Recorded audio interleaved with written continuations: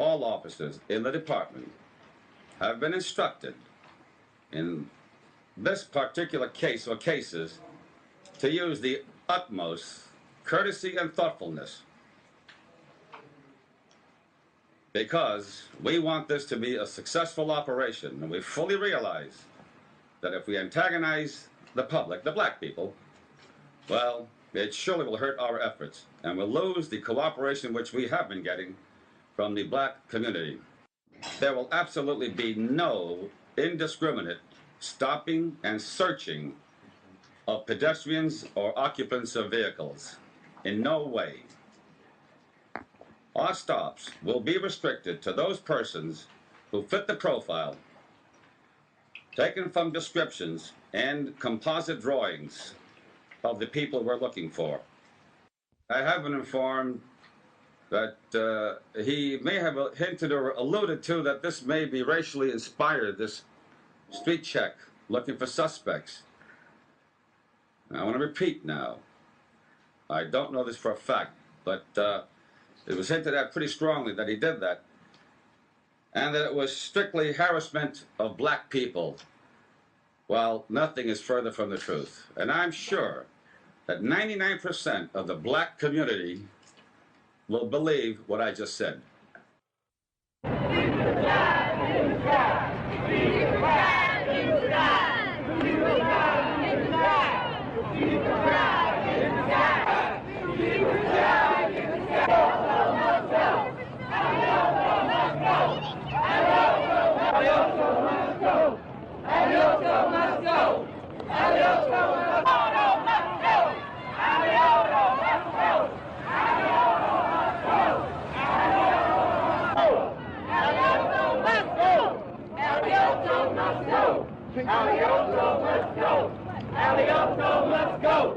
The picket said they were members of community groups from the Fillmore, Hunters Point, and Potrero Hill. They say blacks are still being harassed in San Francisco in spite of the federal court injunction against stop and search tactics, and in spite of the police department's new revised guidelines in the manhunt for the zebra killer. Mayor Alioto was the principal target of black displeasure. The noon rally was sponsored by the Committee Against Racism, which claims the zebra stop and search operation is an attempt to start a race war in San Francisco. They say it's a move which will inspire fear of blacks and justify even more harassment of minorities.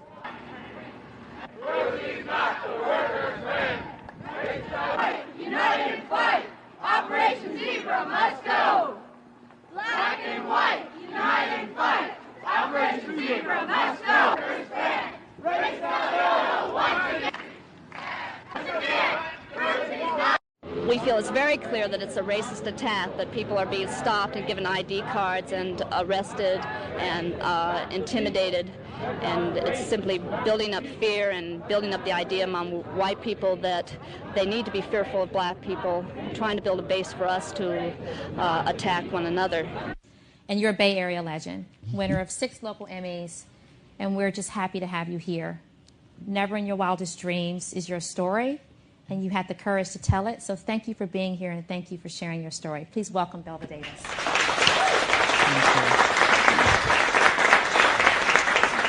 Wonderful introduction. Hi, Ms. Davis. It's an honor to have you here. This is a little high.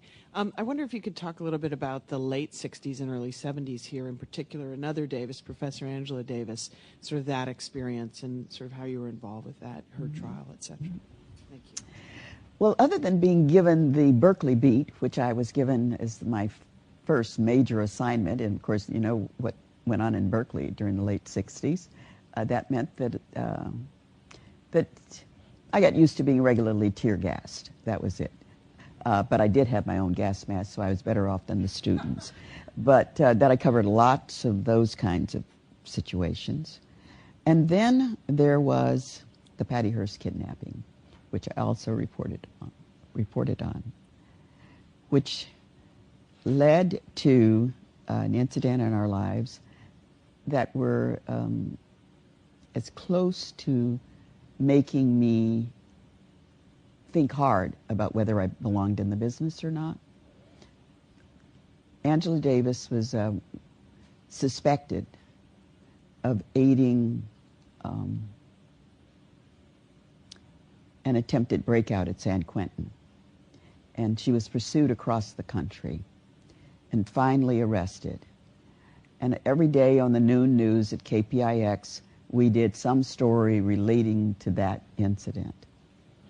And then one day, we lived in El Cerrito. An El Cerrito police officer came to our door, and I thought it was for a news tip. Why else would a police officer come? So he told us that he had heard, or they had heard, that there was a plot to kidnap our daughter in reprisal for the Patty Hearst kidnapping. And they thought, these Hells Angels, not non-thinkers, thought that I was Angela Davis's sister. So therefore, if, you know, my people, as they said, could, which really were not my people, who really did all of the work around that whole thing, the SLA, but that they were going to kidnap my daughter. And so we decided to move. We couldn't convince them. How could I? Couldn't go on the air and say that, you know, you're making a mistake. So the police encouraged us to move, which we did. We moved 2 blocks from where we worked, where I worked, where I'd had access to my daughter. We never proved whether it was going to happen. My daughter was given police protection. She never knew it. And we didn't tell her about it for a very long time. But at that point, I wondered, indeed, if this was a business that we should be in. And my son didn't escape his turn. I did another series of stories, not to do with Angela Davis, but about racial profiling, that I ended up on the list of the not very welcome list at the Oakland Police Department. And it was a good series of stories. They never proved that I said anything that was inaccurate, but that was not the point. But what did happen is that my son was arrested for making an illegal right-hand turn and held for hours, never charged, basically. But I got the message, and that was the other time that both my husband and I had to serious talk as to, you know, how far do we go. Our decision was not to leave the business, but it was, for me anyway, to stop being the face of that story, because now it wasn't me, it was my kid.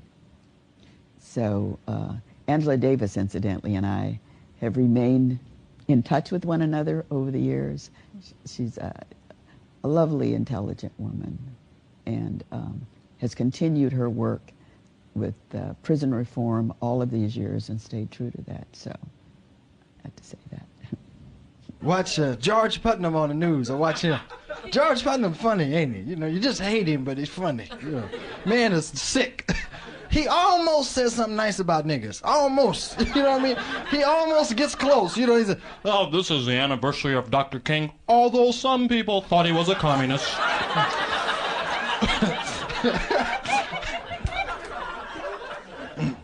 The drought and shit, you know, they had this drought and shit, you know, they be blaming everything. He wants to blame everything on the Panthers or something, you know. All of the drought, we believe that the SLA had something to do with it. Patty Hearst, they gonna have fun with Patty.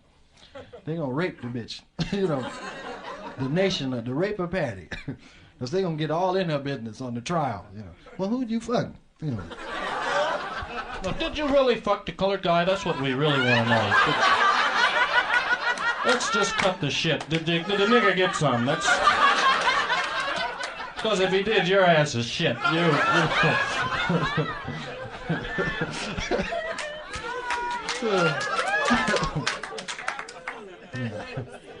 Patty Hearst, boy. She got her some dick, big bitch went crazy. She did. Come and just grabbed a machine gun. Yes, so to speak.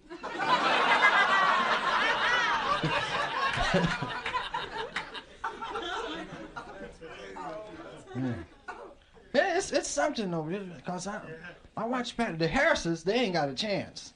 Patty getting played so much, she's brainwashed. And plus, here's what they do for sympathy. They let niggas lead her into the courtroom. You know she gonna get off now. You know, people at home, look at even the niggers are touching her. How can they do that to her? God.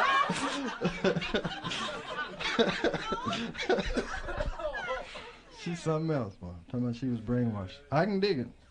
Got brainwashed and joined the SLA, robbing banks. And that's easy to understand, though, because a lot of niggas came over here in chains and joined America. So that shit can work. And naturally, white people could be brainwashed easier than niggas because they're sharper upstairs. Only takes a week. I'd have been brainwashed too if I'd have been in a room full of motherfuckers with machine guns. I'd have been, yeah, let me join you, motherfucker. Yeah, goddamn, kill my dad? You goddamn right. Give me that shit. I'm going over to the house now. I'll see you in a minute.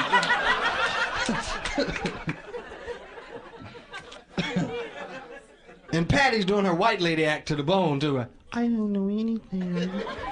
All I know, it was a horrible nightmare.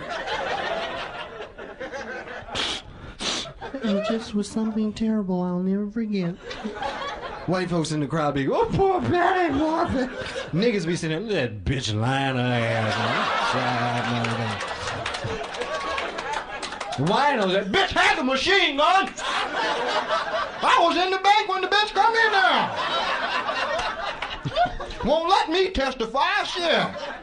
I had $47 in that bank, boy. I was drawing big interest. And this week, the Berkeley Barb has an article by David Dubois, editor of the Black Panther newspaper. And this article says that it leads support to the research of Mae Brussel and Donald Freed that C.O.W.S is working for the cops. And in saying in a recent speech, he said the purpose of SLA is to discredit all radical organizations, and particularly black. Dubois goes on to say the so-called zebra killings in San Francisco are linked with the actions of SLA to create paranoia and polarize the black and white community. Nixon needs such a condition to overcome the efforts to get him out of the White House. Now, I disagree with Mr. Dubois on this point. I think the SLA was planned in '69, long before the Watergate arrest took place, because after Richard Nixon was president, then the beginning of the elimination of the minorities would take place. This complicated conspiracy you're seeing in the Bay Area didn't begin as a diversionary to Richard Nixon's problems. The elimination of the minority began in the National Security Council 10, 15, 20 years ago, and this is just one stage. This thing just didn't pop. This is a complicated conspiracy with all its intricacies. It's easy to break down if people can follow it every day or every week. What Dubois said is the scapegoats are the blacks. Tomorrow it will be all distant people, the poor and the unneeded people. He's right about that. And he's talking about the linking of racism at home to U.S. foreign policy. But I disagree that Nixon is doing it as the diversionary. Nixon is a captive in the White House, and this would have taken place. Just a few headlines this week. I wrote down just a few of them from the paper this week. I'm sure you're reading them. One says, these are all between February 22nd and the 29th, just in the last week. And these are headlines, not sections from articles. One says, terrorists might get the atomic bomb. We need new safeguards. Another says, zebra searchers flood San Francisco streets. Another large one, New York Times, executive son is 12th victim, shooting of whites in San Francisco linked to black militants. Now, there is no link. That's the New York Times. White, black, executive son. They get all that in one headline. There is no proof that these are militants any more than I say that they're whites that have injections to turn black, like the book Black Like Me. There's no, these single things, there's no evidence at all that these are militants. But that's New York headlines. Executive, whites, black militants. The next one says, Britain's debate on how to treat terrorism. Another headline, zebra-style killing spreads to Sacramento. And they round up some black Muslims. Remember the FBI memo that said even if they haven't done anything wrong, get them off the streets and arrest them, just prior, like to election time and scare tactics. And by the time they get themselves out, it will have served the purpose. So the zebra killing spreads to Sacramento, where you legislators and people up there can be concerned that policemen and Vietnam veterans and that have been shot out and one killed, it's going to spread up to you. So that's where the laws are made. It's natural that it gets to Sacramento. Another headline, the alarming rise of politicized crime. Another one, zebra slows the city. That tells about all the North Broadway, and nobody is at the theater, 6 or 8 people, but they're all at the establishment, the Opera House, and the cultural change taking place. Go to the Rotary Club and you're safe. Then there's in Beauty that came out. Hillsborough police seek special funds.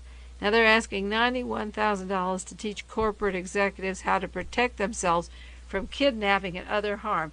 You see, the Hillsborough police are seeking $91,000 to help corporate executives. But the Berkeley police, and I was going to bring in today, and I didn't have time for the whole show to go into the amount of money going into computerized police departments up and down the state that runs into the billions.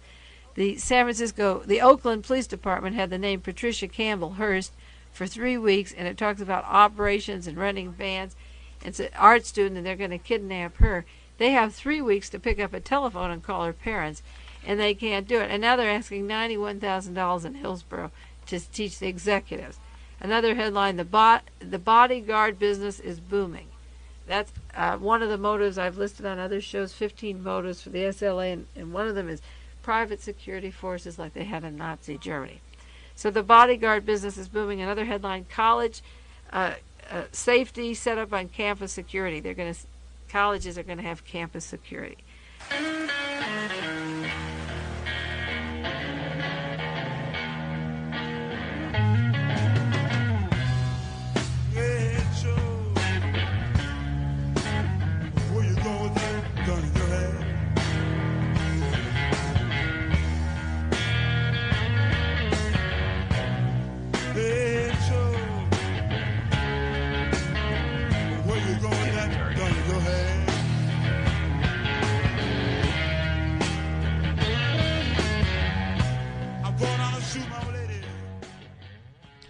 Katherine Massey Book Club, Context of White Supremacy. Gus T. Renegade in for another broadcast, hopefully to share constructive information on the global system of white supremacy, information for non-white people, victims of white supremacy. Today's date, Katrina, Thursday, August 29, 2024. So I have been told 19 years to the day Hurricane Katrina makes landfall here in the U.S. All of the devastation, loss of life in the Gulf, Mississippi, Louisiana area, lots of black people. Things were never the same in a very destructive manner from August 29 forward. In fact, hey, even August 28, Emmett Till. Lots of symbolism towards the end of August. Anywho, this is our 6th study session on Bennett Cohen suspected racists. The zebra murders in the background, that is Jimi Hendrix. Now, Gus T, 206, man, Jimi Hendrix, but that is specifically Jimi Hendrix doing, hey, Joe, you running around with that gun in your hand. That is Jimi Hendrix live in San Francisco, just a little bit before the zebra murders began. Jimi Hendrix, many trips, many just extraordinary performances down in Bay Area, San Francisco. Anyway, we heard really Gus T. clowning all the way through the intro. We started with Charles Barker, suspected racist white man, San Francisco Police Department, talking about the stop and search and how they're going to be courteous and not rile up the Negras, and that he thinks that the black people have been so supportive and appreciate the searches that have been done in a professional manner. And then you heard immediately followed by clips of the so-called black community voicing their disgust about the searches and people being stopped multiple times and how they've been carried out, and they didn't do this for the Zodiac. Then you heard, literally, it sounds like this might have been an organization at least for a few weeks, the Committee Against Racism. They had a rally against Operation Zebra. They had signs. This was in the paper, pictures. This is on television. White people, non-white people, pointing out these stops as racist and deliberately to get white people and black people in animosity and to rile up more intense, violent white supremacy racism and acute acts of all of that. We immediately followed that with the great Belva Davis. That's how we concluded last week. We're in the chapter Flashpoints midway. Belva Davis, her child, her daughter, was going to be kidnapped in retaliation for Patty Hearst, and she said that it was allegedly the Hells Angels. They think she has some sort of relationship to Angela Davis. Now, it could have just been niggers as niggers and, you know, whatever. Wow. Now, she even continued that with the later reporting and what happened to her son, which I thought was important as well. But again, Belva Davis, she was talking about her autobiography, Never in My Wildest Dreams, where she does talk about Jonestown, the zebra murders, the assassination of Mayor Moscone and Harvey Milk, kidnapping of her daughter, the arrest of her son. I mean, woo! Belva flippin' Davis, one of one, black journalist extraordinaire. We followed Belva Davis. Richard Pryor did a whole segment talking about Patty Hearst. I even had to pause. You heard Richard Pryor conflate the Black Panther Party with the Symbionese Liberation Army. That is SLA. We should know that by now. We've been talking about them for months now. The the Symbionese Liberation Army and the Black Panther Party is not the same thing. But if it's reported in that manner on a consistent basis, system of white supremacy racism, oh yeah, it is very easy for white people, racists, to just lump all of that together. It's the same way we read about Orenthal James, California state history, haven't we shined? People, many white people, talk about the O.J. Simpson jury for the criminal trial, 94, 95. They talk about that jury as though it was exclusively black people, all black people. It was not. There were white people and non-black, non-white people on the jury as well. But they just talk about it like it was a bunch of dumb black people who let O.J. Simpson off. Same thing here. Symbionese Liberation Army is mostly white people, but they get talked about as though this was a black group. Not true. And then we followed up Richard Pryor with Mae Brussell. Whew. I have really appreciated it. I really didn't know anything about Mae Brussell before we started reading about Jonestown, People's Temple. And because Mae Brussell, she had been doing independent research, and she was on public radio in California for years, and doing thorough, comprehensive coverage, and particularly things that were happening right in the state of California and Bay Area politics specifically, because that's so close to Sacramento, which is the state capital for California. All very close, about an hour, I think, from Sacramento, Oakland, Bay Area. But because of that, and because she broadcasted throughout that decade and well into the 80s, she was able to, as Dr. Welsing would say, connect the dots to so many different components and things that happened during that time period. Her reading some of those articles and giving her thoughts, that portion at the end where she talked about the boom and security businesses and enforcement, all of that, security on college campuses. Wow. Now look, all of that post-Columbine, that is billion-dollar industry, private security and surveillance, and a lot of that is emanating from Dr. William Shockley and Silicon Valley, California, which is what a lot of that was intended for to begin with. Dr. William Shockley, Palo Alto. Anyway, but the most important for me personally in that segment, she gave a lot of the different news articles about the zebra murders at that time that you can go and get, but specifically she said the allegation, and that was Mae Brussell from April 29, 1974, she said there is no evidence that these are black militants out conducting these crimes. She said it's no more evidence that they're black militants than this is someone white who has taken an injection, a la the book Black Like Me. nonfiction about a white man who takes medication to darken his skin to go out and experience racism, and he can't even continue with the experiment because the treatment is so bad. He writes a book about it. They did a movie as well. I was staggered by that because I have been saying there is a movie, The Zebra Murders.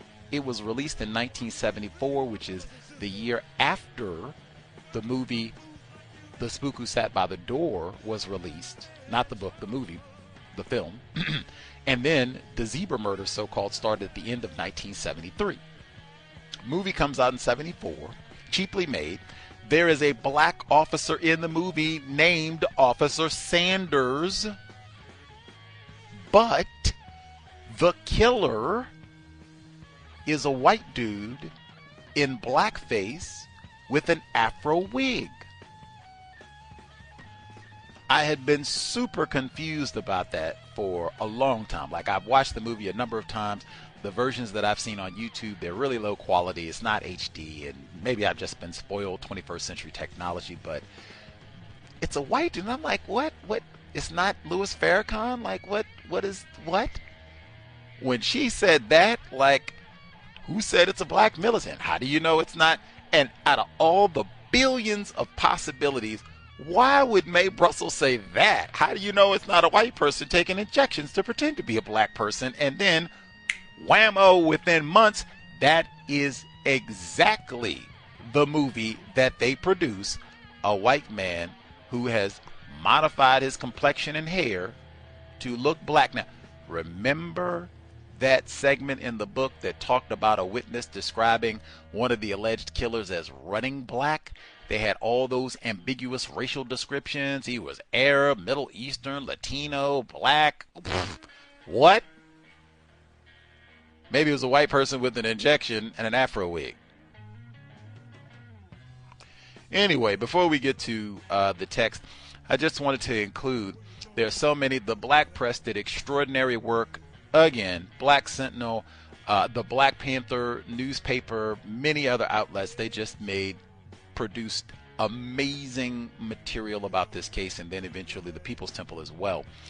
From April 25, 1974, LA Sentinel, Mr. Jim Cleaver wrote, "Zebra Hunt Brings Protest." And then, now they do include that Dr. H. Claude Hudson, who to me looks like he could be classified as white, but he might just be a pale, non-white person. And I'm even reminded Jim Jones taking over the NAACP offices in California and other places. He was a lifetime member, but I'm skipping down to include, just because Dr. Carlton Goodlett, who we talked about many, many times before, the Sun reporter and super ally of Jim Jones, he was interviewed about the Zebra Murders, and this is what he said in the newspaper. In an exclusive interview with the Sentinel, Dr. Carlton Goodlett, president of the National Newspaper Publishers Association and publisher of the Sun Reporter in San Francisco, blasted Mayor Alioto. He said, "This is a strange man. He has a kind of Machiavellian approach. For the most part, he has given us the things we have asked for. There are minorities," meaning non-white people, "on nearly every commission. These are his appointments, but on 2 occasions he has yielded to racist white pressure. He became involved in the busing incident, and he opposed busing. He appointed people of his choice to the various boards and then supported the concepts of elections in those same boards and supported only the conservatives, white people. When this Zebra murder thing first reached this present stage, the Board of Police Commissioners had held a press conference to make some pronouncement. Then Alioto and the chief of police got their heads together and made this pronouncement. Each time he has been placed in a position where he has had to speak off the top of his head, he has yielded to pressure of the conservative racists. His black trained SEALs now have to dance to his music." Metaphor and name calling. Every political ringmaster has his trained SEALs. He is no different. Every so-called black leader, and that's what he has written, will have to answer to his conscience if further tension occurs in the San Francisco area. The present The present past situation is dangerous. If a man has been stopped by the police one time and has been issued a pass, there is always the possibility that he will be shot when he starts to reach for the pass to show to the next officer who stops him. I'm skipping ahead a little bit. He goes on to say, Operation Zebra. This is the largest manhunt ever launched in the history of the city. The hunt has been codenamed Operation Zebra. To date, 18 people have been shot and 12 of them were killed. All victims were white and the killers have been described as being black or ambiguous. Police artists came up with 2 composite drawings from the descriptions taken from witnesses, and the city has been inundated with copies of the drawings. Officers say they are only stopping young black males who resemble the picture. Some black men report having been stopped several times. Dr. Gullett pointed out that despite the mayor's claim that this is the same procedure used during the so-called Zodiac killer's heyday, this was not, in fact, so. He said the police didn't stop every white man they saw. Alioto, in an earlier statement, said, "We are not going to willy-nilly stop black men because they are black. We are going to stop only those who fit the composite, and that is constitutional, and the people who fit the composite are black." The ACLU challenged this in court as a racist outrage, and this went to court, and they won. There were dissertations and publications about the legal aspect of all of that. That's why I said this is a really important case for, I didn't really know anything about it, and us to not know anything other than Jamie Foxx was going to make a movie about this, that never got published. With that, we will get to it. Katherine Massey Book Club, Context of White Supremacy, The Zebra Murders, Section 1.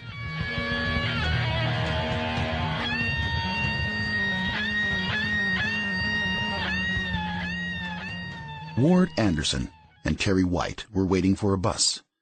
It was Easter Sunday, April 14th, and though the rains from earlier in the month had long ceased, the night was cool and damp. 18-year-old Ward Anderson was visiting San Francisco from his home in Mesa, Arizona. Though young, Ward already had the rough edges of a grown man.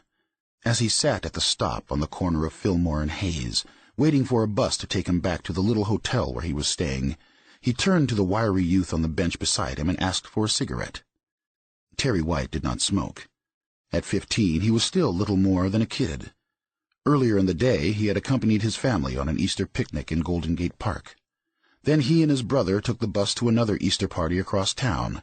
Now he was heading back home alone, tired, and wishing he was already there. He got up and looked to see if a bus was coming. There wasn't one, so Terry stuck out his thumb to hitch a ride. Keith Tisdale was also waiting for the bus. Unlike the others, Keith was black, and he sat off to the side, watching Terry try to flag a ride.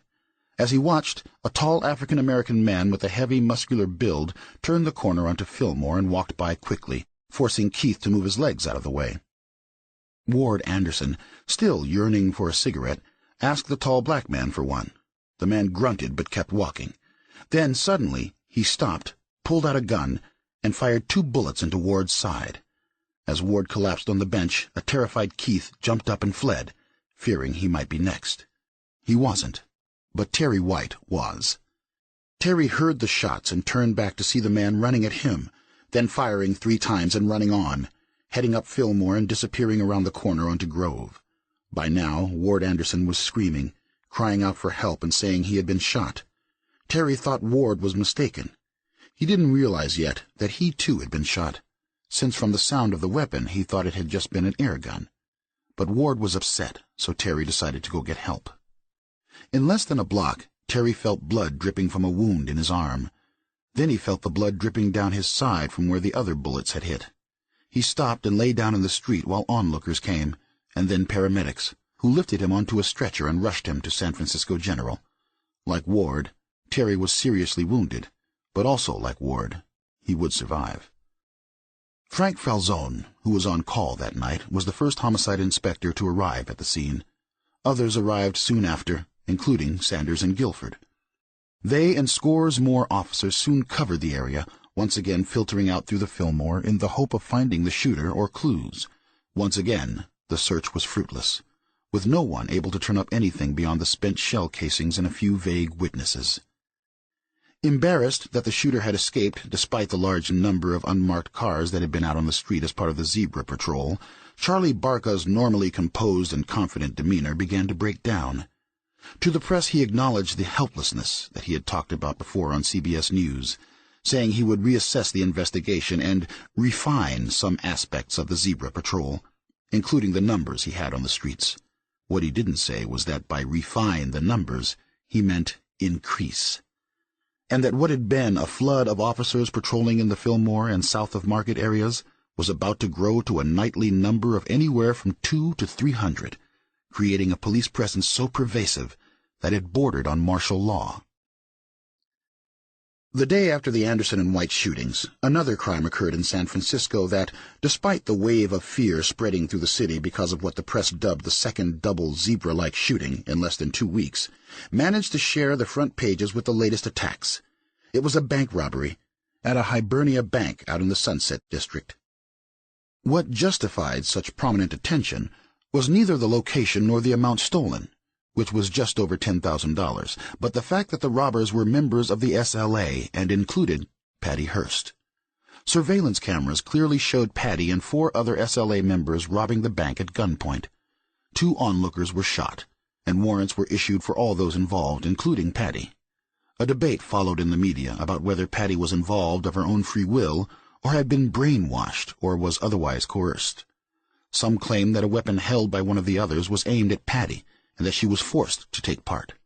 Others disagreed. Finally, a communique from the SLA and Patty decided the issue. The message was delivered to Inspector Rodney Williams, head of the SFPD's Community Relations Bureau and, along with Sanders and Guilford, one of the leaders of the Officers for Justice. Patty, according to the communique, had been a willing participant in the robbery. No one, she said, had pointed a gun at her, nor would they. The SLA had taken the place of the family she said had failed her. They would take care of her and protect her. "I am a soldier in the People's Army," she reiterated. "Patria o muerte, venceremos." After weeks without a shooting, the zebra attacks in April provoked a new and more intense wave of fear. Once again, the streets in white areas and black became largely deserted at night. This time, however, the built-up tension was more volatile. The neighborhoods where the shootings occurred were largely African American, and the noticeable increase in the contingent of police who filled areas such as the Fillmore and Potrero Hill each night was starting to create an uneasiness among blacks. There had long been a concern that revenge attacks against blacks might start to take place, as had been threatened in the anonymous letter to columnist Herb Cain. Now another fear took hold in the black community, a fear of police overreaction. As much as the community hated the zebra shootings and wanted them to stop, they could not help but feel concerned when swarms of cops, the vast majority of whom were white, in plain clothes and in uniform, began to overwhelm their communities each night, as though they were there not to protect but to repress them, much as would the cops in a police state. "The department's intent was to catch the bad guys, plain and simple," Sanders explains. "The question was the means, and whether or not that kind of overwhelming police presence was able to accomplish anything except intimidate and provoke the people who lived there. The odds were that seeing a lot of cops on the street would just make the killers lay low for a while. This wasn't a riot-like situation. That's where you want a visible police presence to keep things under control. But Gil and I were starting to get worried that we really could have a riot if things got any hotter. The killings had made people in the ghetto uneasy for months, and they were starting to have crazy reactions. One rumor we heard on the streets was that the zebra killers were really white cops masquerading as blacks, and that it was the cops who were trying to create a race war. That's how crazy things were getting." The heat Sanders spoke of was not limited to the streets. It had also begun to spread to the offices of the Hall of Justice. The rumors there were not unlike the ones in the ghetto, except that instead of white cops being involved somehow, inside the Hall of Justice the talk was that black cops might be part of Zebra. "It wasn't something that made its way into the task force," Sanders recalls. "The people who were actually working on the investigation would never spread that kind of bullshit. But there were others in the department pissed off over the OFJ suit, saying things like the only way the killers could be so good at avoiding capture was if black cops were tipping them off about where zebra patrols would be. Gil and I were the only black cops who knew what the patrols would be doing, so we took that shit personally. No one ever said anything to our face, but if they had, there would have been fists flying. We were out there busting our ass every night, putting our lives in danger to try to protect white people from black radicals, and if some on the force wanted to question our loyalty, we would have had the argument with knuckles, not words. The city seemed to be nearing a flashpoint. Then, only a day after Patty Hearst was photographed robbing a bank, and only 2 days after Ward Anderson and Terry White were shot down while waiting for a bus, came yet another incident to bring that flashpoint closer. Nelson Shields was trying to help a friend. Shields, whose full name was Nelson T. Shields IV, but who was called Nick by all who knew him well, had arrived in the Bay Area at the beginning of April, visiting some friends who lived on a houseboat in Sausalito. Shields was at a crossroads in his life. At 23, he had left Hobart College in New York after his sophomore year, taking time off to work as a ski instructor near Denver. The son of a prominent DuPont executive, Shields had already spent some time away from school contemplating his future. Now he decided to pursue his love of photography instead of a liberal arts education. He applied to a prestigious school in New York, the Rochester Institute of Technology, and then drove out to California to do some work on his friend's houseboat while waiting to hear if he'd been accepted. A natural athlete, Shields was a top lacrosse player in school, and earlier in the day he and another friend, Jonathan May, who also played lacrosse, had gotten together to practice at the Golden Gate Lacrosse Club near the marina. After the workout they shared a couple of beers, and then Shields offered to help his friend pick up a rug he was buying and drove out with May to the rug dealer's home in Ingleside, a mixed-race middle-class residential neighborhood at the southern edge of San Francisco's city limits, just north of Daly City. It was about 9:30 p.m. when they arrived in Ingleside. As May went up to the front door of the dealer's home, Shields rearranged the athletic equipment in the back of his station wagon so there would be room for the rug. This part of Ingleside happened to be an area well known to the men who worked at Black Self-Help Moving and Storage. Michael Armstrong, a junkie and part-time fence whom Guilford sometimes used as an informant, and who would later be shown to be the source for the handguns used in Zebra, lived not far from there, as did friends of Armstrong's, with whom they were also familiar. In addition, Greta Burgess, whom J.C. Simon began dating after he broke up with his wife Ada, lived just around the corner. Around 9:15, the rug dealer had looked out the window to see if the 2 young men she was expecting had arrived yet, and saw instead 2 African Americans in their 20s in a car parked on the street outside her house. She didn't recognize them, but realized they weren't the men she was expecting, and went on about her business. By the time Shields and May arrived some 15 minutes later, the men who had been sitting inside the car were gone. No one saw the shots, but many heard them. From the rug dealer's front door, May turned in response to the detonations and saw his friend already lying in the street. One witness said he saw a black man running after the shots were fired, and gave a description that could have matched either J.C. Simon or Manuel Moore. Another witness, who saw a man running, gave a description that, although they did not think of it at the time, Sanders and Guilford later realized seemed to match the young man they had stopped back in December, Larry Green. According to that witness, a fair-skinned African-American man ran to the house where the friends of Michael Armstrong lived, knocked on the door, and yelled to be let in. The witness claimed that he entered the house, but the people who lived there denied it, and no one matching the witness's description was there by the time the police arrived. Regardless of who fired the shots, or where he or they ran, 2 things were certain. The 3 bullets that did the damage were identical to the ones fired at every Zebra victim since January 28th. And Nelson Shields, for whom helping people seemed as natural an act as breathing, was dead. Chapter 10. Another South Africa. In the early morning hours of the day that Shields was shot, a small army of Oakland and Berkeley police officers raided the Oakland headquarters of the Black Panther Party. 14 people were arrested and taken into custody, along with a small cache of drugs and a not-so-small arsenal of weapons.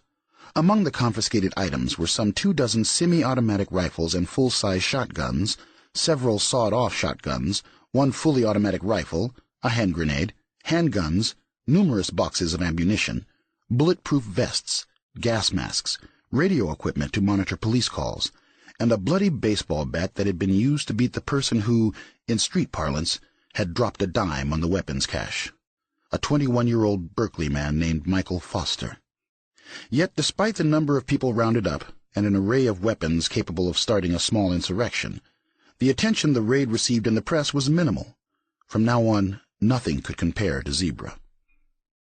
The moment he heard about Shields's death, Sanders had a feeling its impact could be greater than that of any attack before it. There were a number of reasons, including the cumulative effect of all the previous attacks, but the most important factor, and the one that would have a multiplying effect, was location. This was the first Zebra shooting in a neighborhood that was still as much white as it was black. Ingleside had been changing since the 1950s, when blacks started to move in, and there began a smattering of what they called white flight. But in '74 it was still about 50-50, especially where Shields was shot. Sanders recalls talking about Ingleside with his partner as they drove to the crime scene. Ingleside had personal meaning to Gil and me. It was where my wife Espy lived when we first started courting. And until Gil broke up with his first wife, Pat, he lived there with her and their kids, a half-mile from where Shields was shot. The same thing struck us both. People got along in Ingleside. Now you had blacks shooting whites in a place where they lived side by side, and both of us were scared it might make the tensions explode, tearing people apart all over the city, even there. They saw their fears begin to play out before their eyes that very night. Gus and John ran things at the crime scene, and Gil and I did whatever we could to help out, everything from taking statements to making sure the crime scene stayed pure.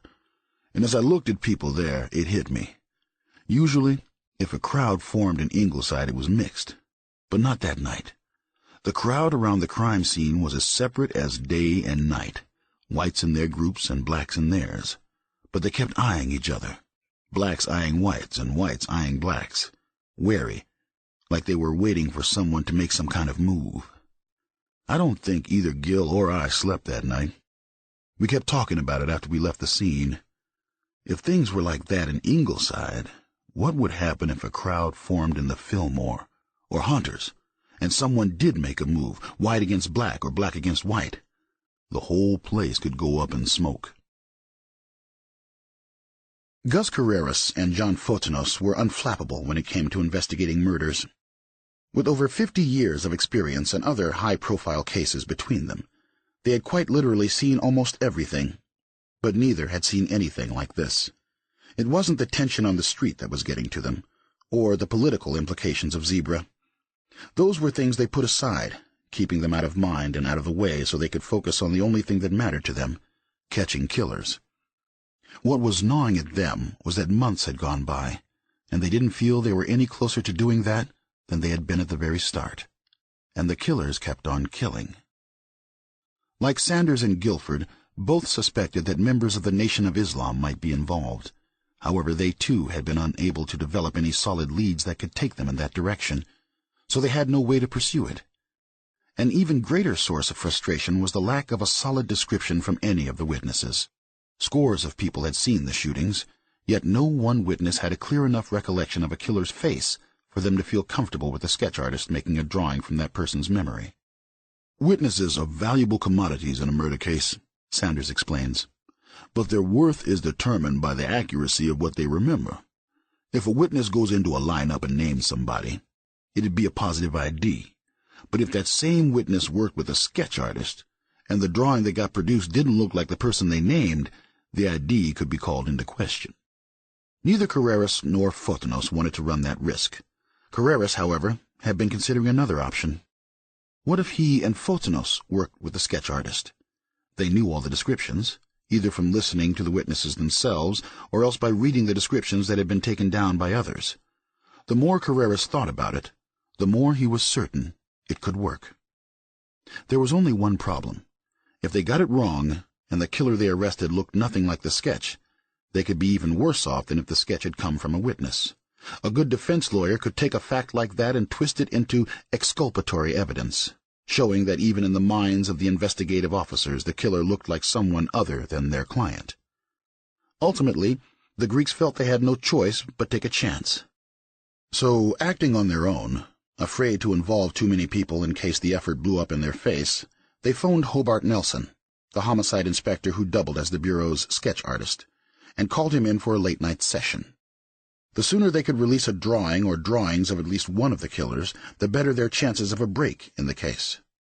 C.O.W.S and Photinos weren't the only ones up late on the night of April 17th, seeking some way to confront their frustrations over Zebra.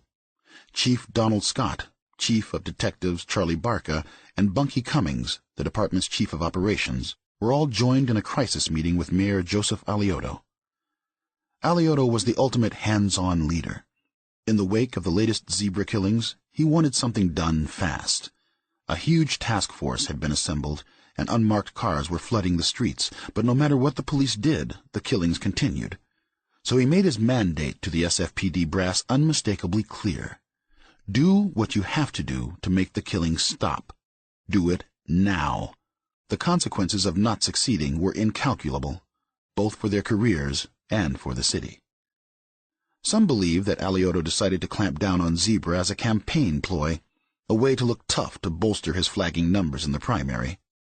Yet talking to those close to him at the time makes clear that another motive was uppermost in his mind, his desire to protect the city he loved. One can, and probably should, doubt the wisdom of how Alioto chose to handle Zebra, but it is impossible to doubt his concern. When the SFPD brass presented their plan the following morning to the officers leading the task force, they spoke of extreme measures. Sanders described the meeting. It was in a conference room on the 5th floor of the Hall of Justice, where the chief's offices are. The meeting was mainly for the brass. C.O.W.S and Photinos were there, of course, along with Gil and me, but other than us, it was just lieutenants, captains, the chief, and Alioto. Needless to say, Gil and I were the only blacks. Chief Scott started things off. Then Charlie Barca stood up and started to explain the new measures we were supposed to take. What Barca laid out was a plan for one of the biggest dragnets in U.S. history. It was also a plan for one of the broadest and most expansive cases ever of racial profiling, though of course the term wasn't in use yet. Starting immediately, all the available cops were to patrol the streets at night, stopping, questioning, and searching every black male who was out after dark anywhere in the city, but with the focus primarily on the Fillmore and south of Market. The assumption was that the vague descriptions they had from witnesses were ample justification for the stops, discounting any notion that they might be unconstitutional. But that wasn't all. Sanders explains what followed. After Barca was done talking about the sweeps and how hundreds of cops would be on the street stopping every black male they saw, Bunky Cummings got up and put a box of cards down on the lectern in front of him. Cummings, setting forth a policy that sounded straight out of the apartheid regime in South Africa, held up a zebra card, as he termed it, and told the group that these identification cards were to be handed out to blacks who had been searched. With so many cops on the street, chances were some suspects might get stopped repeatedly. But Cummings explained, with a zebra card, all an individual had to do was show the document to the next officer to stop him, and the suspect would be waved on. Gil and I couldn't believe it. I mean, this was the United States of America, and they were telling us we're going to issue identification cards based on race. It was crazy, not to mention illegal. We both stood up and tried to say something, pointing out that it wouldn't work, and that we'd alienate the very community we were trying to get information from. We'd seen the tensions in Ingleside. The city was a powder keg, and this was just the sort of thing that could set it off. But Bunky just told us to sit down and shut up. This was how it was going to be, and that was that. They wouldn't even let us talk. Gil and I looked around for some sort of support, figuring somebody else had to see how crazy it was. Gus and John were there next to us, but they wouldn't give us any more support than the brass. Charlie Ellis was there, too. Nobody spoke up. That hurt, and it pissed Gil off. They were talking about turning San Francisco into another South Africa, and we were the only ones standing up and saying it's wrong. It felt like we were back tackling that robbery suspect after the Officers for Justice hearing. We were on our own, with no buddies out there. Sanders and Guilford stood up and walked out. They were, as sworn police officers, willing to do whatever they were ordered to do. But they weren't going to sit at that meeting and, in Sanders' words, listen to that bullshit. Sanders would soon find out just how personal that bullshit would become. Thursday, April 18th, was the first night of Joseph Alioto's zebra sweeps. The department issued a vague array of criteria by which to stop men who were loosely being termed suspects. They were adult black males, 20 to 30 years old, although they could be older than 30. They were anywhere from 5'9" to 6 feet. They were of slender to medium build. They may have a small mustache on their upper lip, although it was also noted that the mustache may extend down the corners of the mouth, and therefore not be small at all. In practice, this description would prove so elastic as to provide almost no limit at all to the officer's discretion, giving the police the license to stop virtually any African-American male they saw. There was a joke among black cops that the parameters of the sweeps were 8 to 80, blind, crippled, or crazy. Sanders was neither blind, nor crippled, nor crazy, but looking in his rearview mirror as he drove, he could see in himself one of the thousands of African-American males who fit the search criteria perfectly. Sanders was heading east on the Central Freeway, making his way to the off-ramp that would take him to the Hall of Justice. He was on his way back from a quick trip home. Espanola had had to stay late at the Security Pacific Bank to train a new teller, so Sanders, who had been putting in so many hours that he figured his children were starting to forget what he looked like, agreed to help out, hoping to ease the growing tensions at home by picking up their son Marcus from school and taking him to an aunt's house where he could be looked after along with his younger sister. Now Sanders was returning to work, where he would be required to take part in a policy he believed was both unconstitutional and counterproductive. Then he heard the siren. He looked at his speedometer. He wasn't speeding. For a moment the zebra sweeps went through his mind, and he wondered if he was being stopped as part of that. But it wasn't an SFPD car behind him. It was the Highway Patrol.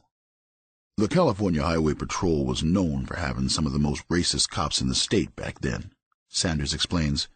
When they stopped African Americans in those days, more often than not it was for DWB, driving while black. That's what it was with me, because there was no other reason to pull me over. Sanders was being racially profiled. It had started to rain lightly after nightfall, so the road was slick as he pulled onto the highway's soft shoulder, just a stone's throw from where he would have turned off. 2 patrolmen approached, one on his left and one on his right. Both had their guns pulled. It was Sanders's car, so there was no radio in it, and no way for them to know he was a cop except his badge, which was in the wallet he had tucked in his right back pocket, just behind the gun he had holstered on his right side. I rolled down my window, and the patrolman on my left asked for my license, but I could see the other patrolman in my side mirror taking a position just behind me on my right, holding his gun in both hands. I knew if I reached for my wallet, that guy would see my gun and think I was reaching for that instead, and I'd be dead. So instead of getting my wallet, I put my hands up on the steering wheel and said that I was a police officer. But with the rain coming down and traffic zooming by, the patrolman I was talking to couldn't hear me, so we yelled again for my license, and I yelled again I was a cop, and it kept going like that, both of us getting louder, until I just called out as loud as I could, "I'm a police officer, goddammit!" Finally he heard me, and they lowered their guns, allowing Sanders to start breathing again. When Sanders told Guilford about the incident later that night, Guilford was furious, wanting to call the CHP and file a complaint. But with the OFJ suit, the zebra investigation, and the sweeps about to begin, Sanders felt they had enough on their plate without taking on one more war to wage. Usually it was Guilford who counseled Sanders, telling him when to just be cool, school. You got to know when to pick your fights and when to walk away. However, during Zebra, a number of factors affecting him began to shift the dynamics in his relationship with the younger man. Part of it was his divorce, which was making him lonelier than Sanders had expected.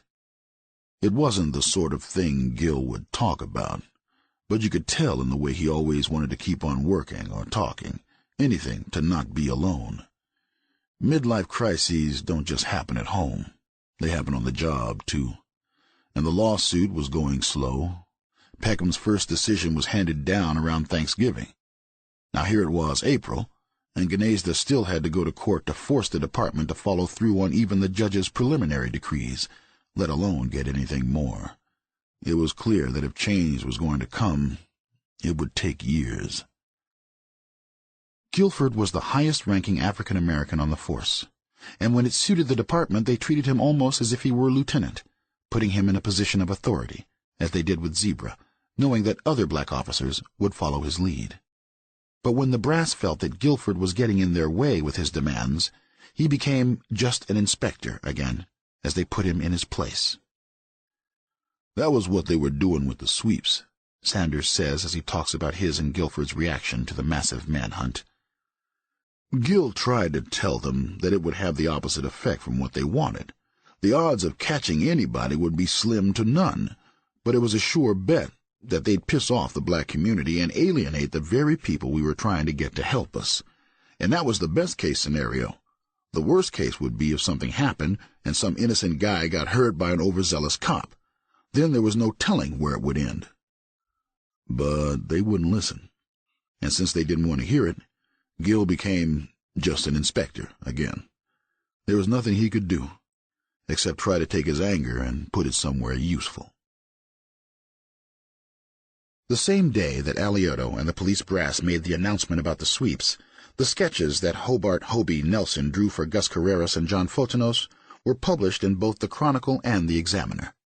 Copies were printed up and handed out to every cop taking part in the sweeps, who placed them on the dashboard of their cars. The drawings became ubiquitous overnight. Store owners taped copies cut from newspapers onto storefront windows, and supermarkets posted them on neighborhood bulletin boards. Businessmen carried them in coat pockets to check passers-by. No matter where you looked, there they were, 2 young African-American faces, gaunt, sad-eyed, and with down-turned mouths, staring out from a background of white. Various claims were made about the original sources for the sketches. Sometimes the descriptions used were said to have come from Terry White and Ward Anderson, identified as Victim 1 and Victim 2. At other times the sketches were characterized as composite drawings, put together from previous drawings based on the descriptions given by various witnesses and survivors. The truth is that while Hobie Nelson had sat down with many witnesses over the course of the investigation, none of his earlier attempts had generated a sketch that was deemed usable. The real sources for these images were Gus Carreras and John Photinos. By now, the leaders of the task force believed that a number of people were involved, with some acting as shooters and others as observers. They also believed that disguises were used, with the killers trading hats, coats, and even wigs. So Carreras and Photinos had focused on the most common characteristics recollected by witnesses. The results were 2 portraits they considered to be of a single individual. They did not mind, though, that some saw the drawings as being of 2 different people. The idea was to cast as wide a net as possible to flush out the killers. Not even Carreras and Photinos could have anticipated how wide that net would become. "We're going to stop a lot of people," Joseph Alioto had told the press when he announced the extreme measures on April 18th, in what could be one of the greatest understatements of his career. He went on to try to reassure blacks, asserting that it was not a racial issue. With this police action, as with other things, Alioto argued, all we are trying to do in this life is hold tragedy to a minimum. Dr. Washington Garner, the only African-American on the police commission and one of the few leaders in the black community who supported the sweeps, called for blacks to be understanding. "Many black people will be stopped, and they will be searched, and they will get angry," Garner predicted, adding, "If you are stopped, we ask you, don't resent it." Chief Scott was more direct. "We're not going to stop very young blacks or big fat blacks. We're not going to stop 7-foot blacks or 4-foot blacks." Subtlety was never Scott's strong suit. Many thought him a poor leader. Dianne Feinstein, then a San Francisco supervisor and later the mayor, and now the most senior of California's U.S. senators, had a number of run-ins with him during her career in city politics, questioning the way he ran the department and eventually calling for his resignation. In some ways, though, it was Scott who issued the most accurate statement. Preteen African-Americans, obese African-Americans, midget African-Americans, and African-Americans who had a shot at being centers in the NBA were safe. All others were fair game. When Gil and I got on the street that night, it was like nothing I'd ever seen. Only 8% of the SFPD were minorities, and only 6% were black. That was what the OFJ suit was about, so I knew the facts. But even I was surprised by what I saw. There were cops out in cars, on horses, on foot. They're everywhere you look, and with only a few exceptions, they're white. But everybody they stop is black. We kept moving that first night, heading all over. All we'd do was talk to people we passed on the street, that was it. We wouldn't stop people, and we wouldn't hand out zebra cards. See, the cards weren't just used as IDs. The department kept a running file on everybody they stopped, using the cards to do it. Gil and I didn't want any part of that. In fact, the SFPD didn't publicize this, but the cards were comprised of 2 parts, one of which was a copy for the police to keep. It contained personal information about the suspect. Name, date of birth, driver's license number, social security number, and the date, time, and place he was stopped, and would be turned in at the end of the shift to be collated and kept as part of a growing database. The one thing Guilford and Sanders made sure they did do was keep an eye on other cops. The sweeps gave cops a license to do whatever they wanted, and every stop was a situation that could end in disaster. I don't think most cops realized how outraged people were, and we kept hearing reports of shootings all night, with cops rushing this way and that. Each time it was a false alarm. I remember Gil and I looked at each other, and all I said was, "How long, man?" I didn't have to say anything more than that. He knew what I meant. How long can it go? How many more nights before it all blows up? Gil just shook his head and said, "Not long, School. Not long." Later that night, Sanders and Guilford tracked down some of their usual sources to gauge what effect the sweeps might have on their ability to develop information on the murders. Everywhere they went, they heard the same thing. "What the fuck is going on?" People in the black community, the vast majority of whom wanted to be helpful in catching the zebra killers, thought they were being turned into targets. They felt betrayed. Well over 100 African-American men were stopped and searched by police that night, with each man being issued a zebra card and then allowed to continue on. According to police reports, there were no incidents. But it was only the first night. The next night, Friday, the SFPD decided the sweeps would be expanded across an even wider area that included Bayview, Ingleside, and Hunters Point, in addition to the Fillmore and south of Market. All black or mixed neighborhoods, and, apart from Hunters Point, all areas where shootings had occurred. To achieve the wider coverage, even more cops would take to the street, reaching upward of 200 officers. The chiefs were determined to get results, one way or another. When the man is prospering, it's fine. But when somebody comes along, an old common Injun like me, and tells us it's time that blacks and browns prosper too, some folk don't like it, and some of them are in pretty high places. Yeah.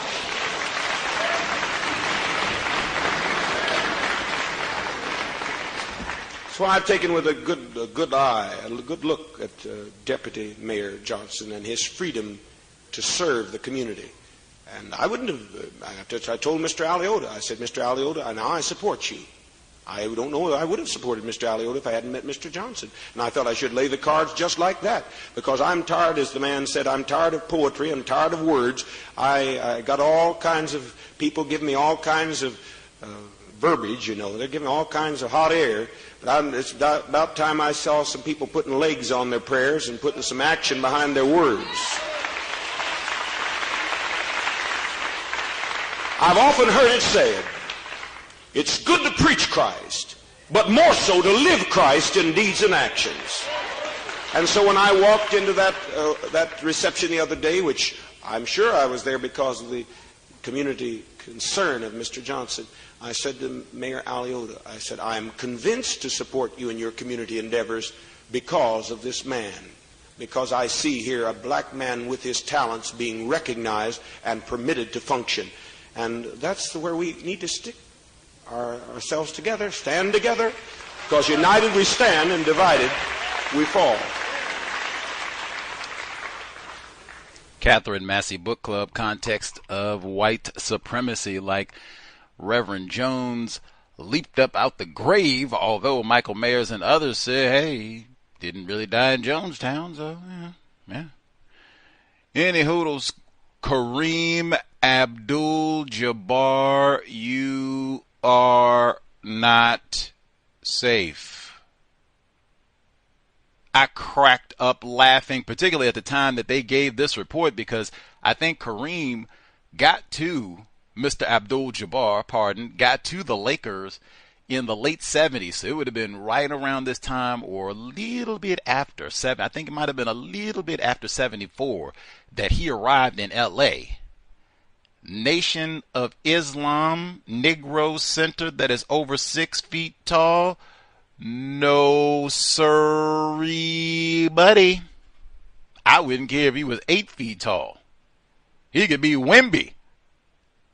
Find out Wimby talking about Assalamu alaikum. Wimby, get in there. We got zebra suspect. Might have been running low. We don't know, but for sure. And his name is Kareem. His name is Kareem. You not safe if you are a Laker center either. But they said only the Lakers center is safe. That means Bron James, zebra, get in there. Kobe Bryant, he not a center either. Zebra, get in there, Kobe. Sorry, we miss you, Kobe. We just had Kobe Bryant Day, but zebra, get in there. Magic Johnson, he not a see the enter. Sorry, buddy. Bye, Magic. We gonna hold the theaters down while you locked up, but he could be the zebra too. Man. That's what I mean. Like, this case is amazing. I didn't even know anything about this at all. And all of this, I mentioned Lynn Swann. Lynn Swann wasn't even a part of the official zebra operation. He was just stopped, arrested, assaulted, harassed as a part of the regular treatment of Negroes in San Francisco, the great Lynn Swann. Lucky he wasn't there 2-3 months later when it really got rolling. And that's what I mean. You see what you just heard? Katherine Massey Book Club, first segment, zebra murders. The zebra identification. Are you flipping serious? Zebra identification. Can I get a card, man? Does anybody have one of these cards, man? I know they got one in the California State Historical Records, which is closed indefinitely. I know they got them there. I know probably San Francisco Police Department probably got them racked. They probably got digital copies of them now. Zebra, how is that? All of the 3 strikes and everything that happened subsequently in California. Driving while black. Can we get 2 times for Gary Webb? I didn't even know Gary Webb wrote that whole series in the newspaper, Driving While Black. In fact, he might have even started that phrase. I'm not saying that. I'm just saying he might have. He's got publications in 99 of him using that exact jargon, Driving While Black, and talking about the California Highway Patrol terrorizing black people and non-white people throughout the Golden State, right in the era of Kobe Bryant. In fact, late 90s, that's right, Shaq. Maybe Shaq would have been. Shaq is about the only Lakers center that I can think of who would have been safe, who's classified as, I guess Pau Gasol is not black, so he'd have been good. Right on, Pau Gasol. Hasta luego, my Spanish brother, hermano. Shaq, I guess, would have, but all the other Lakers centers, you are in trouble. But how is this not like, what? Throughout the state of California, like, oh my Lord, remember when they had the zebra identification cards? They were zebra and brothers left and right throughout the Bay Area. Couldn't even go to Golden Gate Park. I have been to Golden Gate Park, ladies and gentlemen. Like, I had a real moment of nostalgia hearing about all that. I lived in California. I did live in California, but San Francisco specifically. So I know I'm familiar with a lot of these places that they're talking about, and streets and Coit Tower and Diversadero and the Fillmore and the Haight and all of that. I've been to a lot of these places, so it has been real. But I do not remember anybody saying a word about, woo, man, do you remember when I still got my zebra identification card? I do not remember a syllable about any of this. Jiminy crickets. And it's so, and two things, and I'll shush. We'll give out the number, get to the emails. That bit about the description, it's in the newspapers, it's ubiquitous. The descriptions of the suspect, the zebra suspects, they said the police officers put these composites together and they were okay if people thought it looked like two different people, even though this is supposed to be one sketch of one person. And it came from the police office. That is so corrupt, unjust. How do you have a sketch from two people who positively did not see the shooter? How are they the people I was staggered. Wow. This is just now you want to talk about pseudoscientific BS. This isn't even pseudoscientific. This is just straight BS. Same thing that they got on the streets of San Francisco right now. Poo, and plenty of it. How is that done?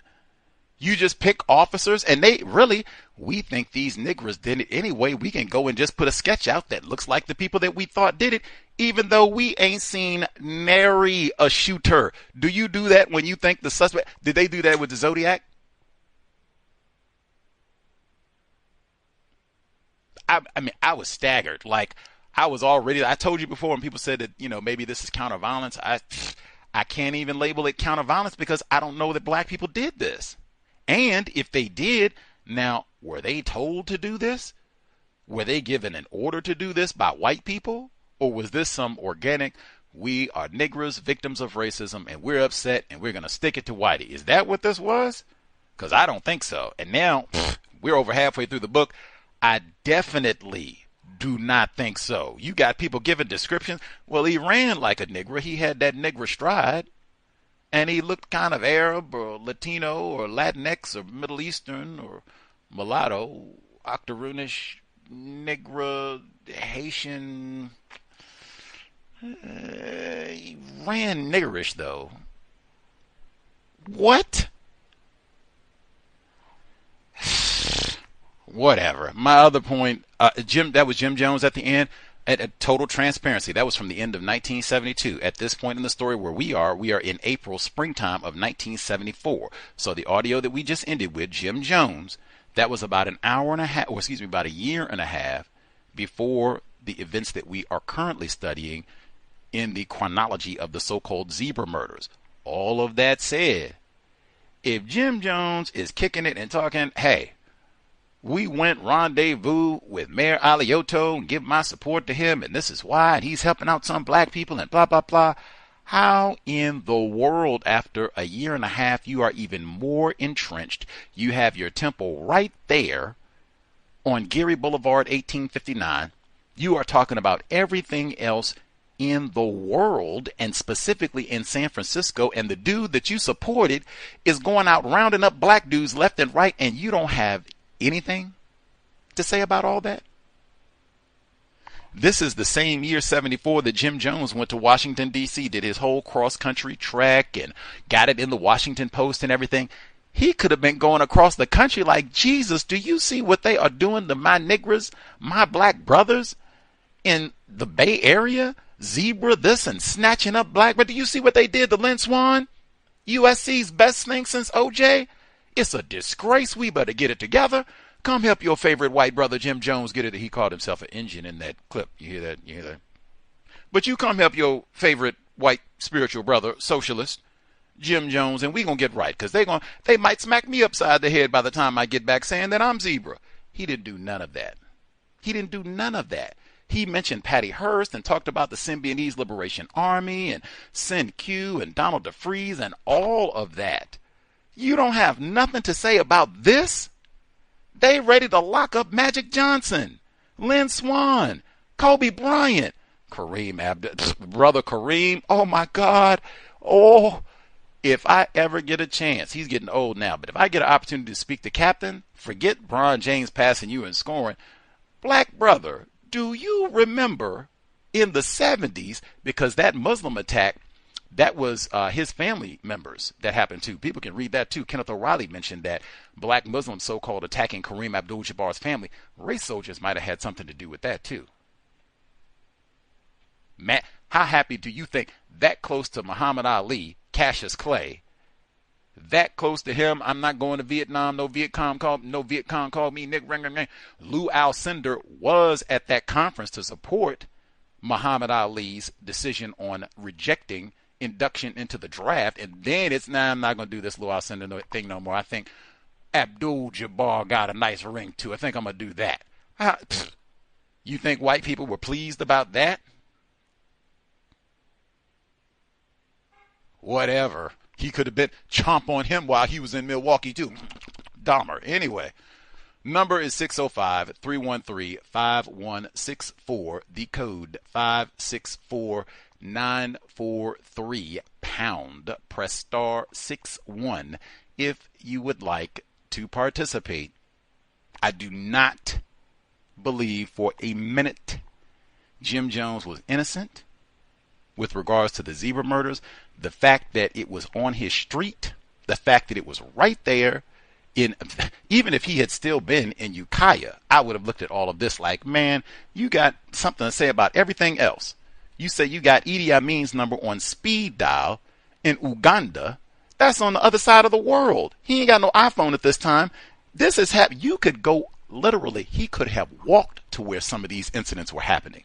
This is your area code, buddy. Local call. You don't have hardly anything to say about all that. No protest, no. I told you, the Committee Against Racism.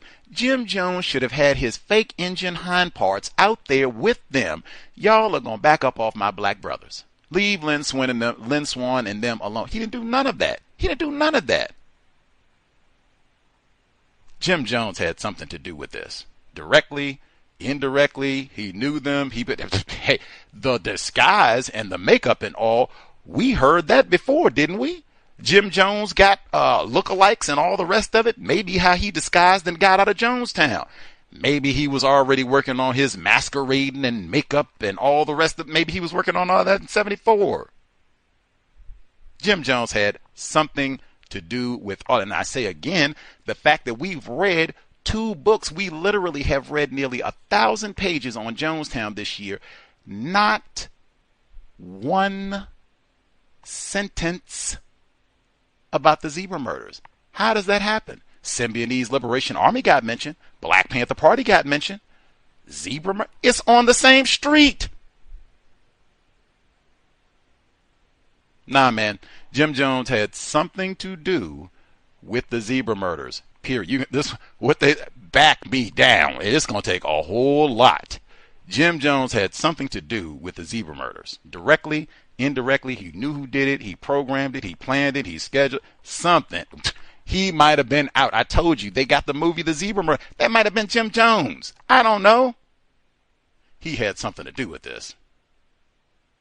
And why do you keep hearing that? Like I said, they said it again. Disguises. And I've never even heard of a such. Who is going out with a disguise for months on end, killing people, and you can't even get a description of who is doing this, and racially ambiguous. And then, even though it's racially ambiguous, we're going to blame it on militant black people.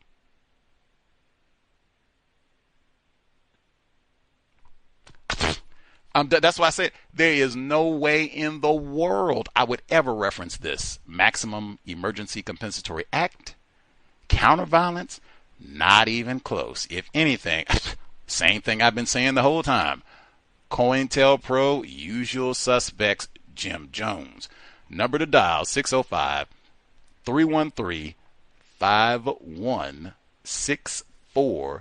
The code 564943 pound. Press star 61 if you would like to participate. I did make it a survey question. I think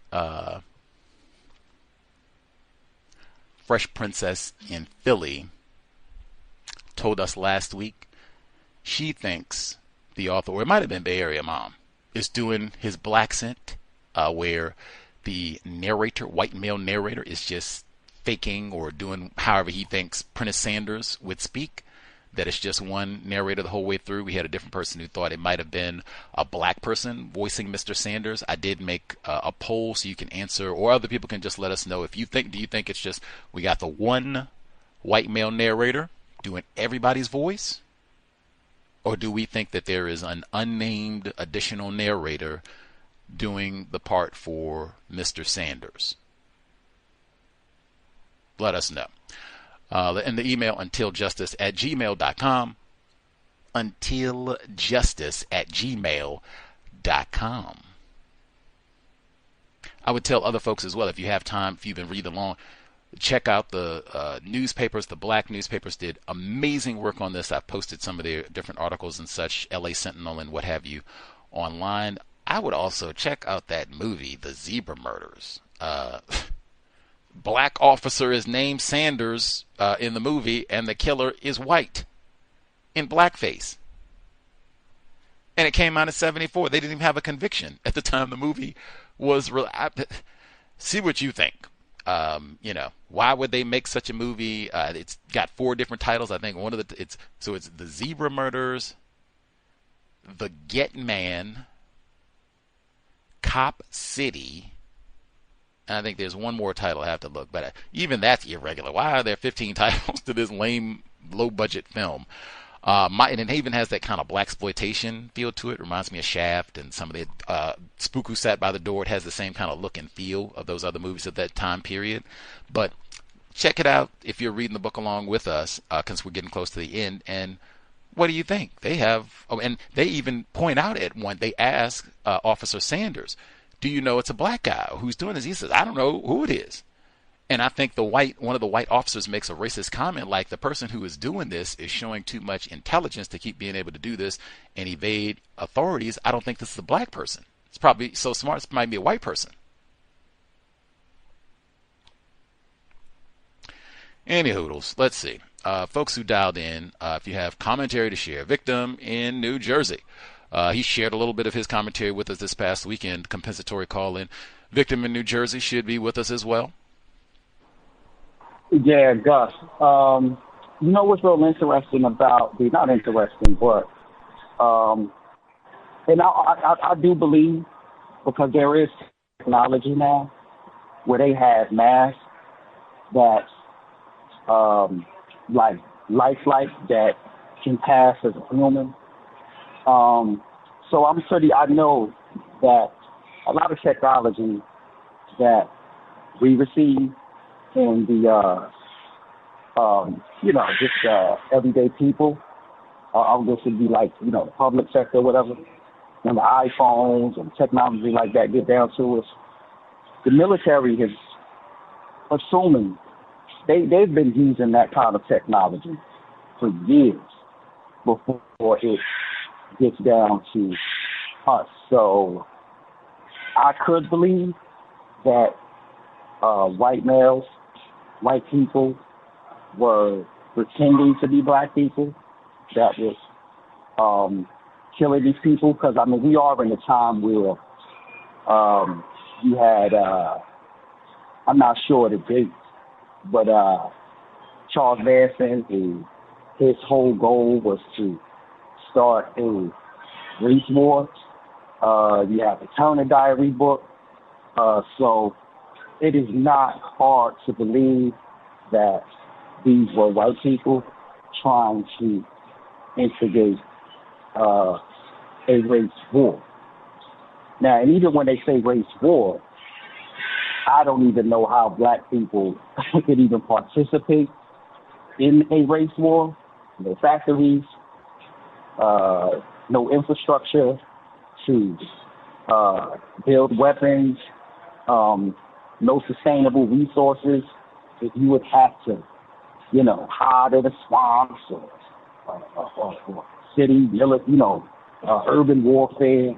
you're going to need food. You're going to need money to resupply yourself. So I don't even know how black people can participate in a race war. So that will be one direction as far as who's waging war. It's hard for me to believe once they pull black people over and create this zebra database that you wasn't going to get stopped again. Even if you got stopped on Monday, chances are you'll get stopped on Wednesday and possibly on Friday again. They really don't believe that whole database. Again, and even with the zebra murders and assuming that this could be the usual suspects, just in present day, just like in Chicago, like to bring up Chicago when they talk about, and Labor Day weekend is coming up. So, Labor Day weekend, the Negroes killed 20 people shot, 5 killed over the weekend in Chicago. Even stories like that always has me suspicious, because if a criminal or a Negro gangbanger wants to kill what they call ops now, why wait till the weekend? You have 7 days in a week. Why is it the holidays weekend that, you want to cause all this mayhem and carnage? And when, if you have a problem with somebody, as the youngins say, on site, I don't think they will have to wait for Memorial Day weekend, Labor Day weekend, Christmas Eve. I don't think so. The author, I think that is the author speaking in his version of black sense. That is definitely a white man when he pretends to be a black officer speaking in our place. Another vote, they think white narrator is doing his black scent thing, pretending to sound like Officer Sanders. Mr. Sanders is deceased now, but I'd be curious if he listened to the audiobook, if that was published and all before he passed away, if he got to hear this, if he, what he thought of this rendition of his voice and what have you. Anywho, much obliged, victim in New Jersey. And yes, that is very popular, common refrain. Oh my goodness, the Negroes, they're at least going to burn down the whole Negro south side of Chicago for Labor Day. Like, oh man, you won't even be able to buy toilet paper over there for a good month. Like they, say that all the time. Now, there may be some Negro hoodlum activity, but I mean, once you have that sort of environment, who knows? And I'm so glad he brought that up, because they do have substantially better technology available now. Who knows what sort of technology they had back then, but man, they have a number of cases of white people with all sorts of exotic makeup and skin that you can put on, that you can buy, this synthetic, that's darkened, and fake hair and all that looks real, where you can go out and commit crimes and rob banks and all this. And so they'll be looking for, description, Negro male, looks like LeBron James, and they pull over all these black people and then find out, like, oh man, this is Chip, and he's got new synthetic melanoid skin model number X2695 that's few shades darker than Obama. And I mean, they got tons of these cases, tons of them. Like, man. Not to mention, it's in the flipping movie. Man. And I was so confused just watching that. Like, what? Why is it a white dude? Like, what? Then hearing that from Mae Brussel, then hearing that in the book this week that they just concocted, lied, and made up some description that, oh yes, these black dudes here, even though it's supposed to be one black person, a sketch of one black person, well, if they think it's two different black people, that's fine too. What? I see why you didn't catch the Zodiac Killer. Man. Let's see. We'll get email number 1. Let's see. Greetings, Gus, listeners, callers. Not sure if I mentioned this before, but I was listening to a podcast with Dr. Horn, Gerald Horn. He mentioned that he was a law student at Berkeley. He taught in the prisons, and Donald DeFreeze was one of his students. What? Gerald Horn could have been recruited into the Symbionese Liberation Army. I would have had tons of questions like, did you see this was some radical militant leader, kidnapper? What? And, well, like, at what point were you there? Were you there when this was the black cultural group? So did you get to see when this was all black dudes? Like, when they were getting the boot so that these white people could take over and then go out? And that's really kind of the same thing, too, because they say the Symbionese Liberation Army, they racially showcase Donald DeFreeze, say, yeah, it's black people, it's black. No, this is a bunch of white people, well-educated white people, young white people, resourced white people. How is this? And they compare them to the Black Panther Party. Let's see. Panthers, so Dr. Horn's new book, Panthers, Communist Black. I have not read the book. Wonder if it includes the zebra murder. Seems like he did not have a lot of interest in Jonestown. I don't know. I thought he was supposed to be, because I remember him talking about a new book dealing with the Black Panthers, and I thought he was going to deal with the rape in the prisons and homoeroticism that they, Eldridge Cleaver, like in Soul on Ice, and some of their other writings and analysis talked about at that time period, but I don't know. And even really, in my opinion, correct assessment of the zebra murders would have to be tied to Jonestown, even though, I mean, just the zebra identification cards in and of itself is, where are the cards? Jesus Christ, man. Where are the cards? Is there a zebra on the card? Like what? Chapter 9, number 1. Terry stuck out his thumb to hitch a ride. I hitchhiked as a teen during this period, but only did it with a buddy. The stupidity of youth. I only hitchhiked in Hawaii.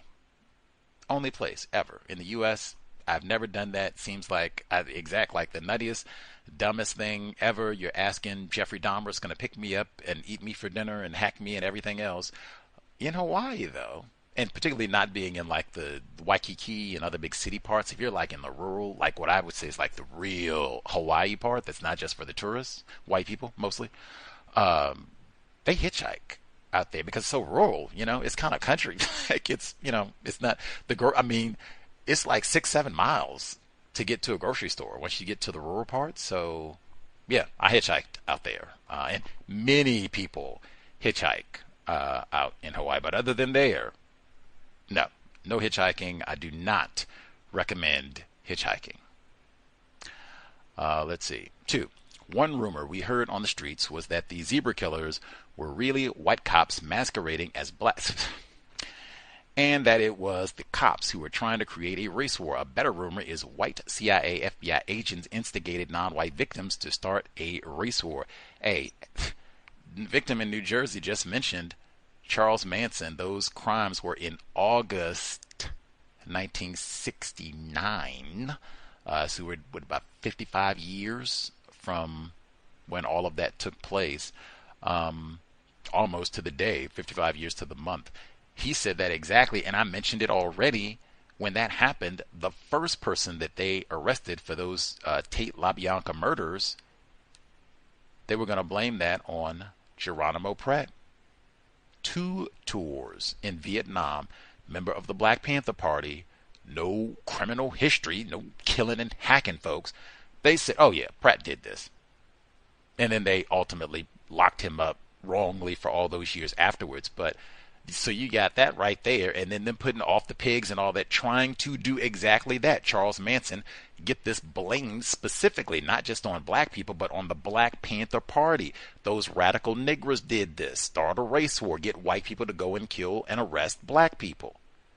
Same thing with and it could have been enforcement officials. We're going to go out and do this and get it blamed on niggers, and who knows? Could have been St. William O'Neill, if they want to brag about all you niggers and snitches and all the rest of it. Informants, we hear so much of that in the book. That would have been easy too. Get some black. Well, We gonna John Burge on you, Chicago. Hey, we can put the cow prod and the electric shock on your testicles, on your rectum, or you can behave. Go out here, shoot a few folks, run down the alley, and then we'll blame it on, whoever. You might have to shoot, 2 or 3 people. Who knows? Lots, and particularly during this time period, and the whole brain control thing. They talked about all that with Patty Hearst. Geez, that was what we were talking about with Jonestown. Man, Stanford, they were doing, that was in the paper every day. Can we brainwash people to go out and kill someone and they don't even know that they did this? I'm just giving you a smorgasbord of possibilities of how this could be done, where white people ultimately are manipulating this situation to their advantage. Next, Nelson T. Shields IV, visiting friend who lived on a houseboat, left Hobart College after sophomore year, time off to work as a ski instructor, son of a prominent DuPont executive. Time away from school, contemplating his future, decided to pursue his love of photography. What does it mean to be white? It means you get to play lacrosse. He's not a school dropout. He's just contemplating life. Go to California to play a little sporting recreational activities at Golden Gate Park. Chillin'. Nelson T. Shields IV. Got good genes. Let's see. And they said he was from Denver. I said, man, that is so Reb and vodka. I'm just chilling, man. Like, we out here, it's no niggas. Great environment, reading anarchist cookbook, take some time off school, build some bombs, do some traveling. Who knows what I'm doing out here? Let's see, number 4, Ingleside, a mixed race, whatever that means, middle class, that's in the word guide, residential neighborhood at the southern edge of San Francisco city limits just north of Daly City. It may be also referred to as Ingleside Terrace in San Francisco, which was set up as a racially restricted region, aka sundown town, in the 1930s. Due to national Supreme Court cases, these restricted covenants were rendered illegal. Most recent demographics: 52% Asian, 20.4% Hispanic, whatever that means, 18.7% white. You might even be able to mush that together, where it might be, where it's that'd be 39.1% white, combining Hispanic and white. Just might mean you have a few of them. Hola, what does it say? My Espanol hermano Pau Gasol, that type of thing.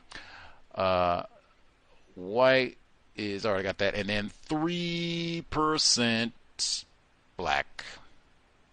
Get back. Told you, no black people in San Francisco. Next, Michael Armstrong, junkie and part-time fence, whom Guilford sometimes used as an informant, who would later be shown to be the source of handguns used in Zimmer. Did Armstrong have any connection to the CIA, FBI? Would like to get more information on this person. Amen. I even paused right there. Now, they said that they got informants left and right. They had an informant in Berkeley who snitched on the Panthers. They got an informant here, informant there, informant everywhere. How is it that you got informants everywhere except Assalamu alaikum? Are you out of your flipping mind? You gonna tell me that Elijah Muhammad, they got a code so strong, all these other niggers, we got them, but woo, we hit that old Muslim mosque and kryptonite, man. We just get out. I told they got a whole book, man, on the FBI files on Minister Malcolm X, man. Are you serious? Get out of here, man. And now all of this is hindsight, but Jesus Christ, we extra 2020 now. They exonerated those 2 black males who stayed in prison all those decades. No, man, you tried to blame this on Louis Farrakhan and black people all those years.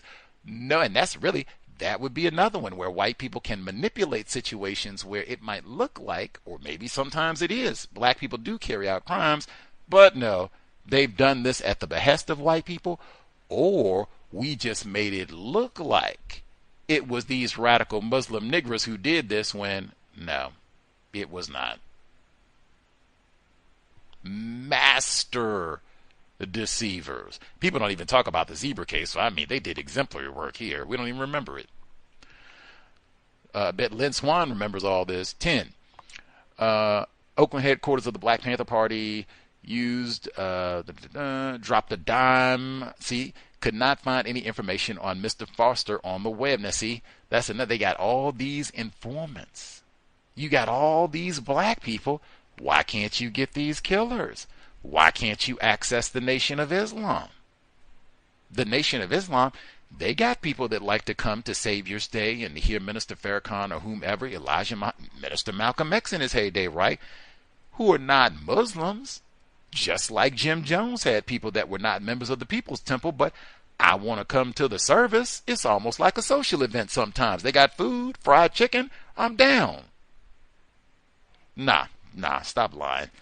Let's see. 2. This was the first zebra shooting in the neighborhood that was still as much white as it was black. One of the biggest dragnets in U.S. history. Uh-oh. Now they went into the white neighborhood. Now, I'm even looking at that like, Jesus Christ. So are you telling me as long as they had stayed killing in the black neighborhood? Yeah. Like, what? What is that, man? And I'm even saying the Zodiac killer, unsolved to this day, he was killing white people. What? Woo, man, the flagrant disregard for life that is shown in the system of white supremacy, even other white life. Like, if you had been a white person and you get killed in the nigger neighborhood, well, it's your fault. You shouldn't have been there. You know, Leroy. Wow. Let's see. Number 4, Dr. Carlton Goodlett, publisher of San Francisco's largest black newspaper, The Sun Reporter, went so far as to dub the African-American leaders who sided with Alito trained SEALs. I read that portion in the paper today. L.A. Sentinel, we learned of Dr. Goodlett's association with Jim Jones in a previous book club. The exclusion of mentions regarding Jim Jones does seem a little intentional in this text. What can I say? And really, I think that way about all of these books, even Michael Mayer's, really, particularly. You spent years, he spent a decade researching. If he saw everything that I saw,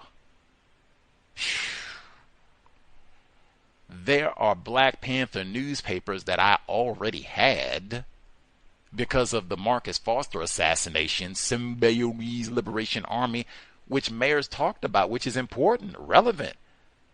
How do you look at that? You didn't see the zebra murders? You didn't think the dragnet, the largest in history? Wait till we get to the trial. This, I think, until O.J. Simpson, we have to see what happened in that interim, but I think until O.J. Simpson came along, this case was the undisputed champion for the longest court case in the history of California. How is this case not more known, not more talked about, not referenced? And again, how did that not come up in these other texts when they talk about Jonestown? Give us the cry. Even I say, when people say, why didn't people leave? Why didn't they want to come back? Now, if this is happening, I'm a black dude, or even I'm a black female, they're not stopping at, man, that in itself. Now, you want to talk about black male privilege. They didn't say this. I said that from the very beginning. They didn't say they're stopping all black people. They said black males. Privilege. Even Lynn Swann, even if you got some money, whatever, they said black males. Privileged. But I don't understand. How would you discuss this period of time? And if you're trying to assess, well, why didn't people want to leave the People's Temple once they got down to Guyana and blah, blah, blah? Man, if this is the environment that I joined the People's Temple and Jim Jones is saying whatever, we're not even talking about the drugs and everything, but man, I got 5 zebra cars, almost got shot and killed, and all of my other black male friends, yeah, they stopped me last week. Yeah, they stopped me a couple weeks ago. Oh, my Lord, what are we going to do? Jim Jones says we should go to South America. Anywhere is better than here. I could see, yeah. And I don't understand. How was Jim Jones? I would have been using that angle. Now, maybe he did, and I just haven't found him, but I found everything else I wanted. I can stand on my record. We've been talking about People's Temple for, 7 months now? I found everything else I wanted. Every other subject matter that we talked about, we started move to the children of Jonestown. I went and got exact audio of children in Jonestown. Him talking about the punishments, the box, electrodes, everything I wanted, I got. In terms of hearing Jonestown or Jim Jones, specifically talking about exact people, exact dates, exact events, everything else I wanted, I got. Zebra murders, no.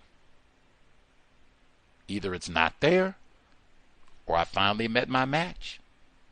And if you all can find it, great. I would be elated. Let's see, what did he have to say about this? But thus far, I have really not found. And like I said, the fact that other people, mayors, didn't mention anything about this, that would further lead me to conclude maybe he really didn't say a whole lot about all this.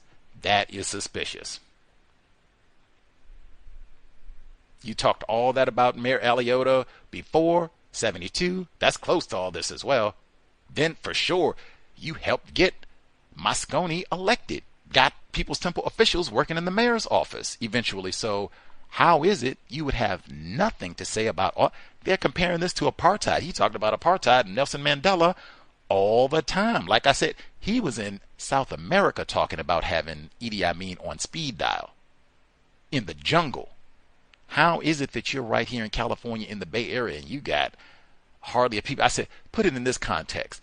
So if they were out in Seattle grabbing black males exclusively, you all did thus and such and killed some white people and whatever, and with any Negro males, unless you went Victor Wembanyama, you getting stopped.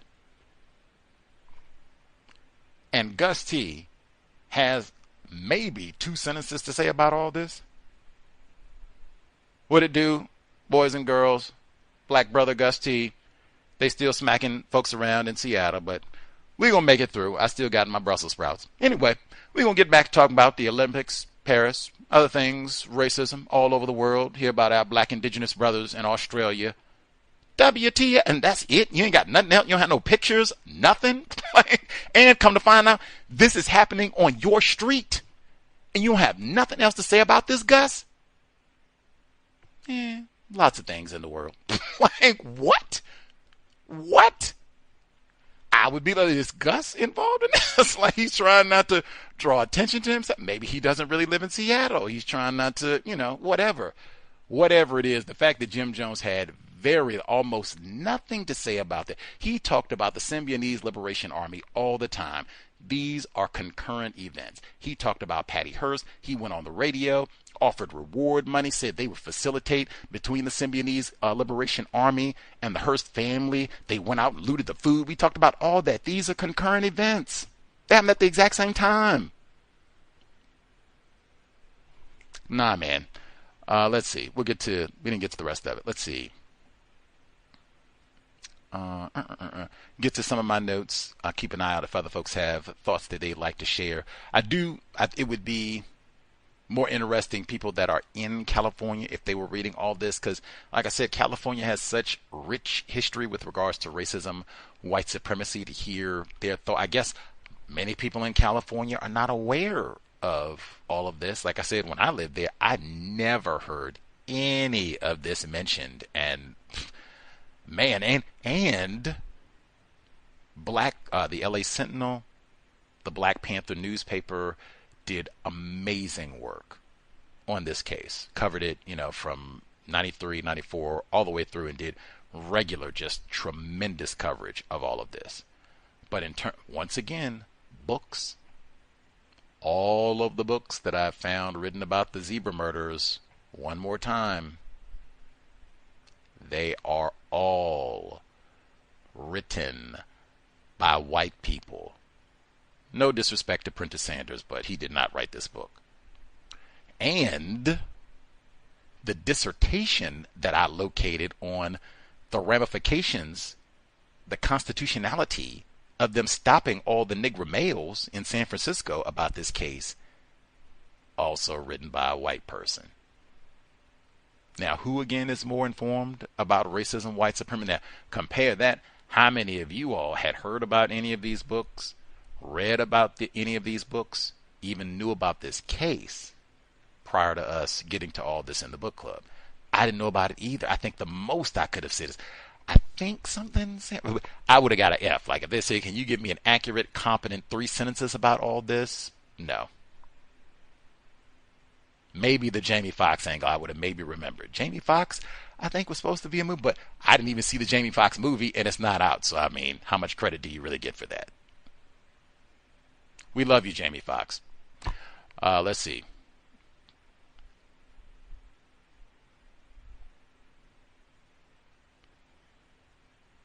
Going back to even the names, Terry White. Not just any old white person, but Mr. White is one of the victims. They say that Charlie Barco, we heard his voice at the beginning, that he was embarrassed that they hadn't caught the shooter by this point. Mae Brussell pointed that out, that there were a number of times during the same time period where you had law enforcement officers coming out and whining and moaning and weeping, FBI officials that, oh, we haven't caught Patty Hearst, and oh, we're lame, we haven't solved the zebra crime, and using their alleged impotence to get more materials. SWAT was started during this time period. They reinstated the death penalty in California within 4 years of the zebra murders. This is not to mention 3 strikes and not to mention driving while black. The 3 strikes obviously came a little bit later, but man, all that crack cocaine, SWAT, crackdown, and all the rest of it, Mark Furman, all of that was immediate. Like, Vernon Jordan has an article in the LA Sentinel saying this is the start of the police state in California. He was so accurate, and the Black Panther Party as well. Just from this period, they reinstated the death penalty within 4 years from the zebra murder case. Crack cocaine, driving while black. It's in Palo Alto, the book we read at the beginning. We talk about People's Temple during this time period because of the Black Panthers and all that. They began defunding public education. We don't want any more Dr. Huey P. Newtons going to Berkeley or any other public schools, community colleges, studying law, trying to figure out ways to erode the system of white supremacy. Probably helps explain why you have fewer black people in the state of California who know about this case.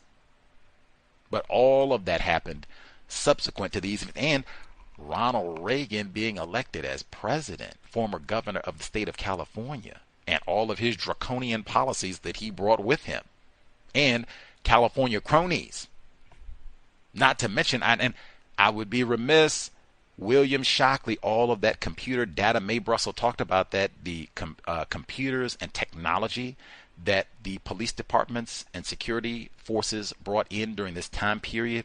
That is Silicon Valley. That is Dr. William Shockley, Dr. Welsing's nemesis. That is this time period exactly when they are constructing all of that empire that we see today, calculating and surveillance and storing. Those zebra cards, that would have been digital information. Now, they probably would have got a DNA sample too. When they stop you, get all that on your card, and then bam, get all that coded, facial recognition, and all of that is what we see right now. Broken windows, facial recognition, the security cameras on the door, all of that started right there, Silicon Valley. Again, Dr. William Shockley. Got to keep an eye on our zebras. Let's see.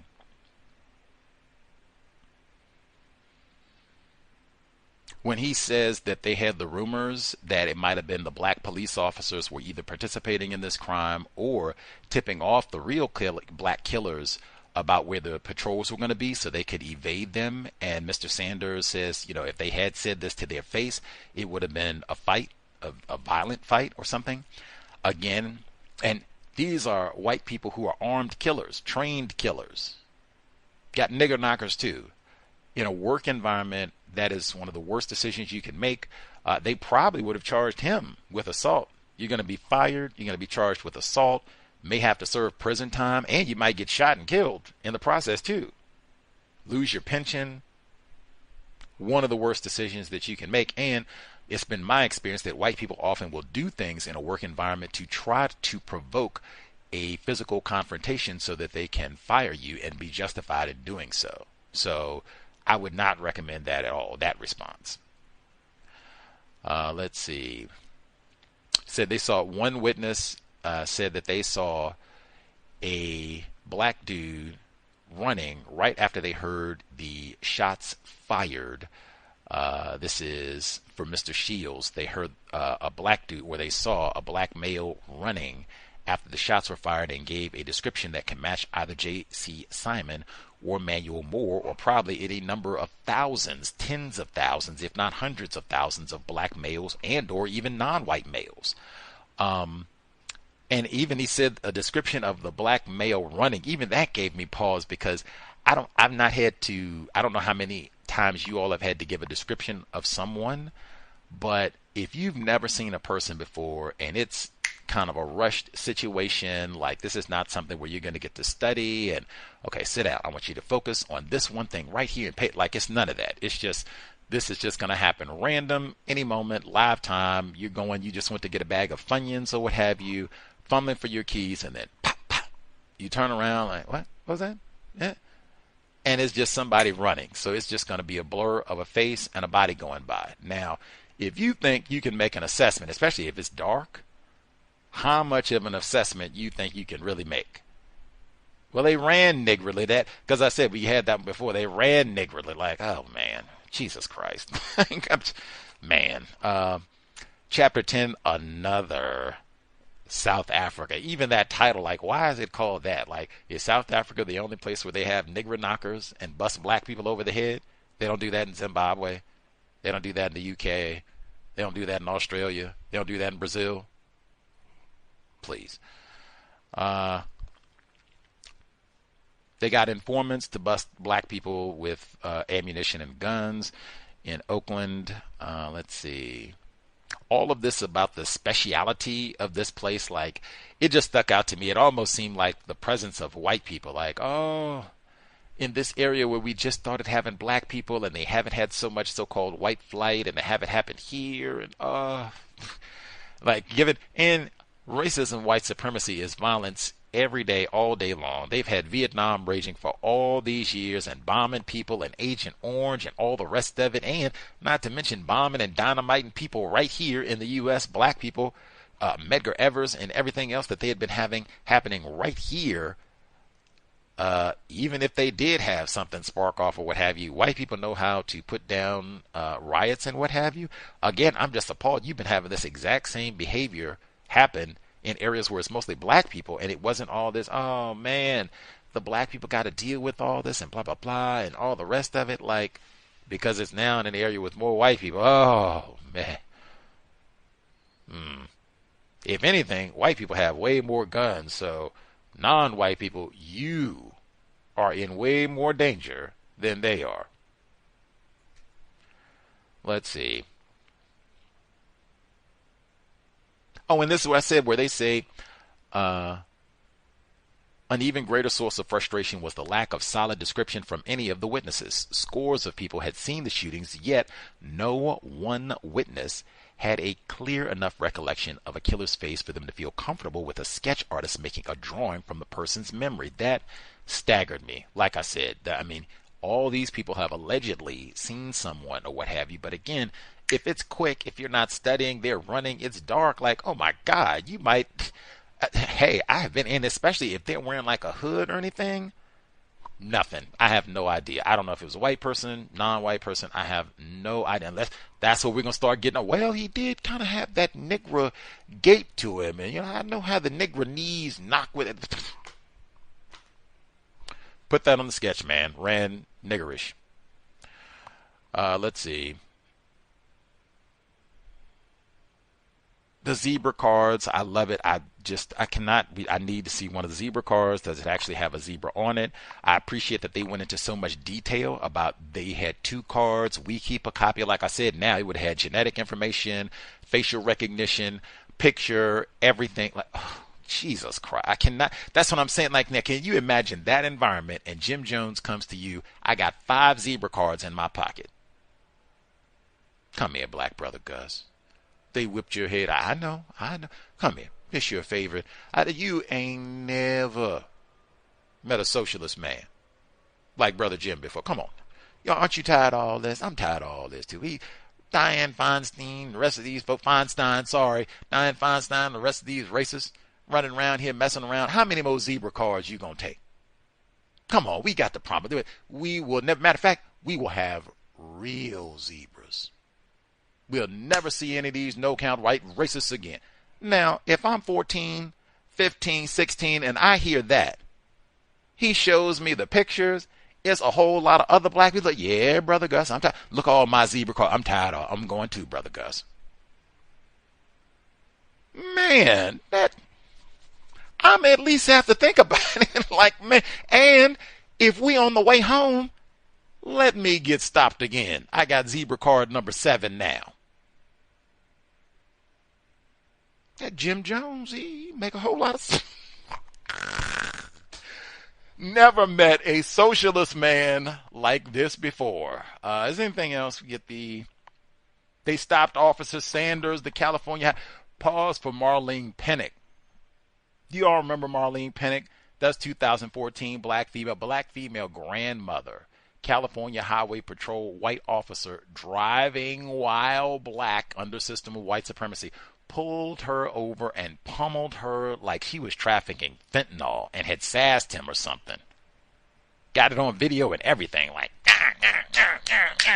she got like $1 million suit or what have you, but I remember that like vividly. Just 10 years ago, California Highway Patrol. Same folks that pulled over Mr. Sanders in 1974 thought he could have zebra. Maybe they thought she was zebra too. He never can be, too careful with these niggers. Let's see.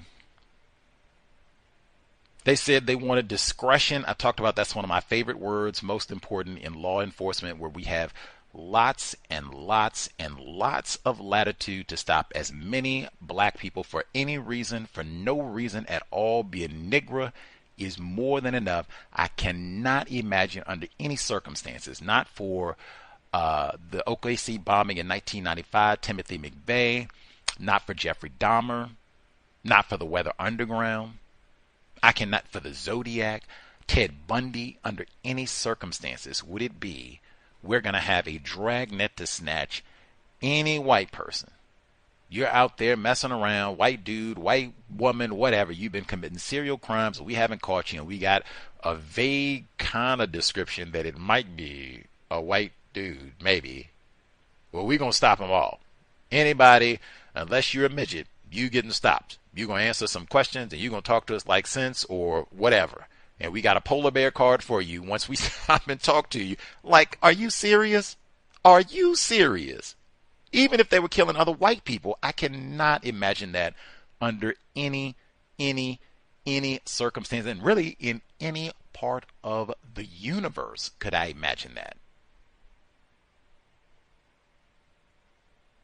If you can think of a time when such a dragnet occurred for exclusively white women, white men, white transgendered, white disabled, white children, whatever, please let me know. And I can think of some massive like criminal white activity. I can't think of nothing on the scale. And they said as much. Largest dragnet in the state's history. And then eventually longest crime in state. Like, woo. Anyway, the zebra murder. Well, we can't even get an accurate description of who did all this exactly. They ran niggerish though. Katherine Massey Book Club, Context of White Supremacy. Hey, if you are going to commit crimes, one thing I would do, I would work on your run. Run like a white man. That'll at least make them think twice. Like, had cornrows, but man, he ran. He didn't have no nigger in his step, man. I'm going to tell you, I know Negro stride, and that was not no Negro stride. Katherine Massey Book Club, Context of White Supremacy. Bennett Cohen's The Zebra Murders, audio segment 2. After the first night of the manhunt, the political fighting over the zebra sweeps became as volatile as the sweeps themselves. San Francisco's Board of Supervisors, led by its president Dianne Feinstein, held a public meeting over their efficacy, questioning whether the SFPD's actions were more hurtful than helpful. They weren't alone. Both the NAACP and the ACLU came out against the sweeps. So did Black Panther Party leader Bobby Seale, whose offices had been raided in Oakland just days earlier. Said Seale, "The sweeps placed every black man in the Bay Area in jeopardy of losing his life, and they were both vicious and racist." Alioto, meanwhile, called a meeting of black leaders who supported his action. Rather than help diffuse the situation, the meeting only added to the tension, underscoring a rift within the black community and leading some of those who were unhappy with the sweeps to brand those who supported it as traitors. Dr. Carlton Goodlett, publisher of San Francisco's largest black newspaper, the Sun Reporter, went so far as to dub the African-American leaders who sided with Alioto trained SEALs. Yet in all the debate over the sweeps, what may have been the most important new twist in the search for the zebra killers went unnoticed by many. A tiny article on the Chronicle's front page, set far down at the bottom, announced the zebra reward of $30,000 offered by the city of San Francisco to anyone who could provide information leading to the arrest and conviction of the killers. One person who did not miss it was Anthony Harris. Harris and Deborah had been having an increasingly tough time in Oakland, with Harris rarely able to earn the money they and their new baby needed to survive. Months before, Harris had been unnerved when he saw his photo in the Chronicle on the very same day as the bloodshed of January 28th. Now, as he would later tell investigators, the sight of the zebra sketches had a similar effect. Anthony Harris felt they looked exactly like him. Like the person depicted in the drawings, Harris was lean, thin-faced, and often wore a mustache, much like the one shown in one of the sketches. Harris was so convinced they looked like him that one wonders whether he worried that he had actually been made by the police, and that the photograph in the Chronicle had served as part of their inspiration. In that case, his conclusion would have to be that he was the SFPD's target. When the Chronicle printed the sketches again on April 19th, the morning after the first day of the sweeps, they became seemingly ubiquitous. Wherever Harris looked, images that he believed were his own stared back at him, tacitly naming him to all and sundry as the killer. Within the Bay Area, there was nowhere to escape. Unless a means of doing so had been printed in the same paper that published the sketches, in the tiny article at the bottom of its front page, promising the reward. The tensions of the first night increased dramatically on the second night of the sweeps. As promised by the SFPD brass, even more cops filled the streets, but other promises they made were broken. Chief Scott stated that the officers making stops were interested only in evidence having to do with the zebra attacks, and that lesser offenses would be ignored. As Sanders recalls, when the sweeps grew, restraint went out the window. Cops began to act like they had a license to do anything. Instead of just stopping people and questioning them, they were spread-eagling them against walls and busting them for anything they found, a joint, a penknife that was too long, even unpaid traffic tickets. It got to the point where Gil and I had to get into it with some of the cops, telling them to back off for fear that they'd start something they couldn't stop. Carl Williams was a young lawyer working at a large firm in San Francisco's financial district when the zebra sweeps began. Fresh out of law school, Carl was recently married and struggling to make ends meet. Rather than spend money on a second car, he rode the streetcar from downtown to the apartment in the Sunset District where he lived with his wife. Bright, well-educated, and law-abiding, Carl was as upstanding a young man as one could imagine. But he was also African-American. That meant he was a zebra suspect. Night was just starting to fall as Carl stood at a downtown corner of Market Street, waiting for the bus that would take him home. He was dressed in the office attire he usually wore to work, a suit and tie, and had a briefcase by his side.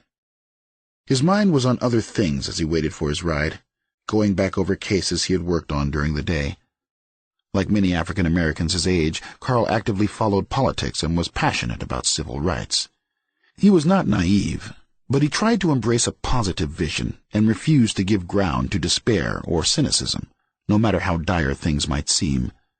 It was a vision he had spent years nurturing, beginning when he was growing up in the heart of the segregated South, in Jacksonville, Alabama.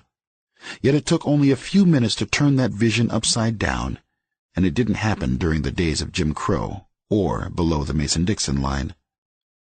Carl never even saw the patrol car coming. Suddenly it was just there, nearly mounting the curb as it screeched to a stop. 2 uniformed cops jumped out, guns drawn. Growing up under Jim Crow had schooled Carl on what to do next. He dropped his briefcase and raised his arms, not in the air but straight out from his body, as far away from his sides as possible to make sure the cops could see that he had no weapon and posed no threat. What Carl didn't realize yet was that as far as these cops were concerned, he posed a threat just because of his color. They shoved him against the patrol car and spread-eagled him as they patted him down. They looked at his wallet and checked his ID. Then they opened his briefcase and riffled through his papers. People stopped and stared, and the public nature of the search added to Carl's humiliation. As strident as the racism was down south, nothing had prepared him for the fear or sense of helplessness that took hold of him as he stood spread-eagled against the patrol car, feeling that if he made a wrong move, he could end up dead. When they were done searching him, they wrote him up a zebra card. They gave 1 copy to Carl, for him to present when other cops stopped him, and kept 1 copy for themselves, to become part of the ever-growing file of zebra suspects. As surprised as Carl was by the fear that he had felt, he was even less prepared for the rush of anger that followed. In the days after his search, Carl took to leaving the office before it grew dark, believing now that it was safer for blacks to travel in San Francisco during daylight hours. Even more disturbing, however, was the effect the stop had on his vision of race relations. His carefully nurtured optimism for what lay ahead dimmed. He began to wonder what he would do if he were stopped again, doubting that he could endure the fear and anger a second time without fighting back. Friends of his in college, instead of going the establishment route as he did, had joined the Black Panthers. Now Carl began to think that their choice was the more sensible one, not his. The same night Carl was stopped, Douglas Blake was detained while walking on Haight. The police took Douglas to Park Station and interrogated him for over an hour, accusing him of being a zebra killer, making claims that lacked even the vaguest grounding in reality, and trying to bully him into a confession. Eventually, they let him go. No one ever explained why they brought him in or appeared so certain he was one of the killers. As the sweeps expanded, so did the net they cast across the city. African-American males of all shapes, sizes, shades, and ages were stopped, searched, and interrogated, with little if any regard for civil rights or the supposed parameters of the manhunt. Even someone like Bill Monroe, an African-American cameraman and the husband of Belva Davis, who knew scores of cops from his work with TV news crews, felt unsafe on the streets and made a point of staying out of the city after dark unless he absolutely had to be there.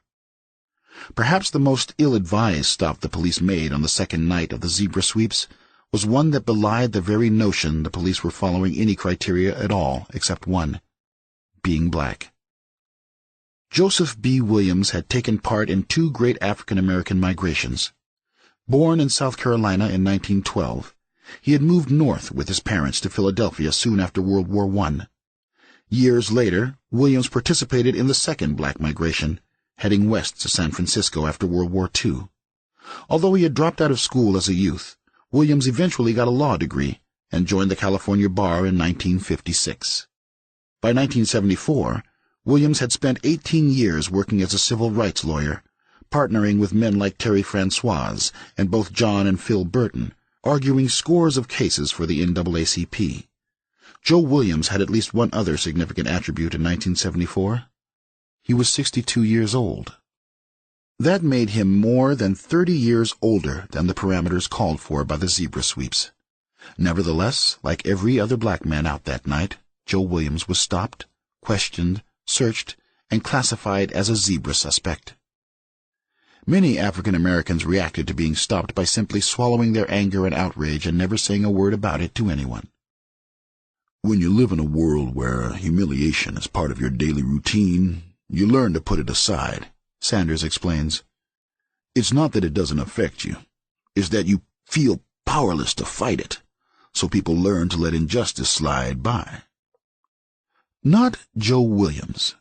Williams had spent a lifetime breaking color lines and tackling injustice, and he was not about to stop now. Determined to follow the same course of action he had dozens of times before, he brought a federal lawsuit against Alioto, the SFPD, and the city of San Francisco to end what he viewed as oppression. As the manhunt resumed for a third night and continued to expand, other African American leaders in the Bay Area became more vocal in their opposition. Among them was the Reverend Cecil Williams, who had played an important role in the response to the Hearst kidnapping by overseeing the food giveaway program. Like the other African American critics of the sweeps, Cecil Williams acknowledged that he wanted the killers caught. However, the manhunt, he warned, and the manner in which the police were conducting it, put the black community under the equivalent of a police state that creates the possibility of a racial war. That such a war might be brewing was suggested by the unrest on the streets. Protesters from numerous groups began to assemble around both City Hall and the Hall of Justice, including the NAACP, a multiracial student group called the Committee Against Racism, the Urban League, the Vietnam Veterans Against the War, and others, carrying placards and shouting out slogans against what they termed racist police actions. In response, brown-shirted and helmet-wearing Nazis joined with other white supremacy groups in counter-demonstrations, offering to help the police round up blacks and getting into shouting matches with the other demonstrators. The confrontations forced cops who had stayed up all night implementing the sweeps to do double duty, stopping fights and trying to stave off violence. Inside the Hall of Justice, Jesse Byrd, president of Officers for Justice at the time, lodged a formal complaint about the sweeps, referring to them as Gestapo-like tactics that could only be viewed as another form of harassment. Other blacks within the police department also came out publicly against them. Meanwhile, the edginess and anger felt by black officers ran headlong into contrary emotions among the white officers. Rumors had already circulated that black cops might have been tipping off the killers to help them evade detection. Now, with so many black officers criticizing the department, whites rallying behind the sweeps were tempted to retaliate. Emotions in the Hall of Justice reached the breaking point. The tension got so thick in there you could cut it with a knife, Sanders recalls. Homicide was a haven for Gil and me. Most people accepted us there. They welcomed us. But outside room 450 was another story. There were walls in that building that were covered in racist graffiti. Some people were just itching to get into it with the black officers, and more than once the only thing that stopped a fight was black cops just walking away. But even though fights never broke out in the hall, people took that same hostility out on the street. And that was where the situation finally began to combust. By Sunday night, April 21st, the fourth night of the zebra sweeps, more cops were added to the numbers out on the street. Many fresh officers replaced those who had been out on previous evenings and had gone without sleep for 3 nights running, and others beside regular SFPD officers helped augment the total number patrolling the city. Though never formally counted, it was generally estimated that by now from over 200 to as many as 350 cops at any given time had the sole duty of stopping and questioning African American males who happened to be out after dark. Among the new officers on the zebra patrols were volunteers from other agencies, such as the Sheriff's Department, and some 150 reserve officers whose duties were usually restricted to crowd control at parades. Now, despite their limited training, they were given almost unlimited powers. Gil and I began spending most of our time on the street just trying to quiet things down. People were starting to fight back against the sweeps. A white Pacific Gas and Electric repairman out at Hunters Point on a job had to take cover when he got shot at from an apartment building. That same night, cops saw a guy driving the wrong way up Nob Hill, and when they tried to stop him, he took off. He wasn't even black. But the cops were in plain clothes, so he didn't know who was after him, and he got so scared he tried to run one down. All hell broke loose. They chased the guy for over 20 minutes and got in a running gun battle with him before he finally crashed and got caught. Then in the Fillmore, this old black guy was out walking by himself. One of the cops patrolling the area, a Filipino dressed in plain clothes, called out for him to stop. The old black guy kept walking. So the cop took after him, yelling, "Stop, police!" Instead of stopping, the old guy raised the pistol and started firing. Well, that was it. All the cops there opened up on him. He took 6 bullets before he went down. The cops had .357s. Those things have so much force that unless they hit bone, they pass clean through. But the old guy lived, and he told Gil and me that he took the gun because with all the talk about Zebra, he was scared of reprisals. And since the cops were in plain clothes, he didn't know whether they were really cops or just guys out to get him. The incident that nearly sucked both Sanders and Guilford into the vortex of violence happened just south of Market, when all they were trying to do was help. What had happened was exactly the sort of thing we were afraid of, Sanders recalls. Some blacks who got stopped tried to resist, and a fight broke out between them and the white cops who'd stopped them. We got a call for assistance, and were able to calm the situation pretty fast. But just when we thought it was over, a squad car came tearing around the corner, and 2 more cops rushed out and began laying into the black guys with their billy clubs, starting an even bigger fight than the one we just stopped. Gil lost it. He started to throw down with the cops who drove up. The original cops on the scene and I had to get in between Gil and the other guys just to stop it from being cop versus cop right there on the street. Charlie Walker, who at the time of the Zebra sweeps owned businesses in both the Fillmore and Hunters Point, watched both communities nearly explode under the pressure. People were pissed. It was like we were sitting on a bomb with a short fuse, and every time somebody got stopped, it sent off a spark. You knew if it got big enough, the place would blow, and the only reason it didn't, in my opinion, was because of Sanders and Guilford. I saw it time and again, in Fillmore and Hunters Point. People ready to start something and those 2 stepping in to calm things down. Not just any black cop could do what they did. Those 2 didn't get into bullshit, and they didn't take it either, so they had respect. When something happened and they told you to back off, you did, because you knew they weren't just there to keep you down. They were trying to help you rise up, even if you didn't always agree with how they were trying to do it.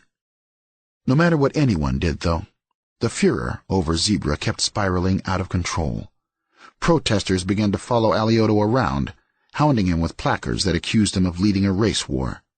When that Monday, after a series of meetings on Zebra, Alioto left for a waiting limousine, protesters surrounded him, refusing to let him pass. Some shouted at him, others spat. Then one man began beating Alioto on the head with the sign he was holding, until the mayor's aide stepped in and shoved the man away, helping Alioto push through the crowd to his car. Once he was inside, the protesters surrounded the limousine, pounding on it as the mayor's driver sped away. While Alioto was being assaulted on the steps of City Hall, the Black Liberation Army took advantage of the outrage over the police response to Zebra to promote its own revolutionary agenda, sending a communique to the FM rock station KSAN that called for a massive uprising of all radical groups. The BLA urged the creation of a People's Army to support the struggle being waged in San Francisco by groups like themselves, the SLA, the Weather Underground, and the group behind Zebra. Radicals weren't the only ones who sought to use the passions aroused by Zebra to their advantage. Incredibly, a black assailant who killed a 25-year-old white Safeway worker and then raped his wife during the sweeps actually claimed to be a Zebra killer, an assertion the police followed up until they determined there was no connection. Meanwhile, letters began arriving at the Hall of Justice from people who claimed to know the identity of the Zebra killers. Tourists wrote on hotel stationery about suspicious black men they had noticed on the street. A landlady claimed that a black man renting from her resembled the police sketches, and that she couldn't always account for his whereabouts at the times when the killings took place. One of the strangest tips may have been a handwritten slip of paper sent to the SFPD inside a tiny 2x4-inch envelope. The person who wrote the note did so with a trembling hand, using block lettering, beginning with the word Zebra, and then telling the police only a man's name along with the words Polk Street, black, makeup, and gay. It was as if all the fears and dreads of the city were being shuffled together and tied up in the neat unifying bow of race. The suit Joseph B. Williams filed, challenging the constitutionality of the sweeps, moved quickly through the courts. Hearings began almost immediately, and within a few days it was clear that the case was going against the mayor, the city, and the police department. Though the officers for justice had no formal involvement in the lawsuit, William Hasty, Jr., one of the main lawyers representing the OFJ, was also one of the lawyers arguing Williams' zebra case. Some in the department kept on struggling to find ways to defend the sweeps, going so far as to point out that crime had gone down during the period. It was an argument that, as Carl Williams pointed out when he was interviewed for this book, was like saying that slavery was an answer to unemployment. One thing that those who supported the sweeps could not claim, however, was that it had led to progress in the investigation. Charlie Barca was honest enough to acknowledge that. Unlike the rest of the brass, Barca didn't try to hedge the truth when he was called to testify during Joe Williams's suit. Asked if the sweeps had actually accomplished anything, Barca admitted they had not, and characterized them as ineffective and unproductive, a claim he repeated as a source for an ABC TV news report by Harry Reasoner. Behind the scenes, Guilford continued to lobby against the sweeps, as he had from the day they began, using what influence he possessed to find an alternative to a tactic that was manifestly ripping the city apart. Gil hated the sweeps for a lot of reasons, Sanders recalls. He used to say it reminded him of being back in Willis, Texas, where if you were black and went out on the street at night, you were taking your life in your hands. But what he objected to more than anything was that it was bad policing. It didn't lead to information or clues or anything except ill will. So he started thinking about better ways to get the job done and came up with the idea of forming a plain-clothed investigative team made up entirely of minority officers, a group that could work seamlessly inside the community and, if need be, go undercover as well. Then he took the idea to Charlie Barca. Guilford had a decent rapport with Barca, but the fact that Barca had been one of the front men on the sweeps made him uncertain how his proposal would be received. To his surprise, Barca liked the idea. Looking back, it was clear why, Sanders explains. Charlie was smart. Sometimes when you're the number 2 or 3 man in an administration, you spend a lot of time trying to make something good out of other people's bad ideas. Charlie knew the sweeps didn't work. The problem was, the mayor and the chief had a lot invested in them, and Charlie had to march in step. But he was looking for a better way too, and Gil's idea made sense. Joseph Alioto was far less inclined to admit being wrong than Charlie Barca. Even as the trial began, Alioto remained committed to the sweeps, refusing to acknowledge how disastrous they were turning out to be. Since San Francisco is a city where the police chief serves at the pleasure of the mayor, what the mayor wants is almost always what the SFPD wants as well. The sweeps were the horse Alioto had hitched his wagon to, and he was stubbornly sticking with it. However, when it became impossible to ignore the evidence that U.S. District Judge Alfonso J. Zerpoli would issue a decision in favor of Williams, Alioto was forced to consider alternatives. During meetings that weekend, he agreed to let Barca put Guilford's plan into action simultaneously with the sweeps. Days later, on April 25th, Alioto would finally give up on the sweeps entirely, bowing to Zerpoli's overwhelming condemnation. In what may be one of the first uses of the word profile in such matters, Zerpoli forbade the SFPD to stop and search anyone simply because they might resemble, in Zerpoli's words, a broad profile the department had prepared about the killer. Going even further, he declared the entire zebra manhunt to be illegal and prescribed by the Fourth Amendment of the Constitution, which protected citizens from unfair search and seizure. Before Judge Zerpoli issued his decision, though, a telephone call during the middle of the sweeps would turn the case on its axis and provide the break that everyone had been waiting for. Chapter 11. Real Cops After All.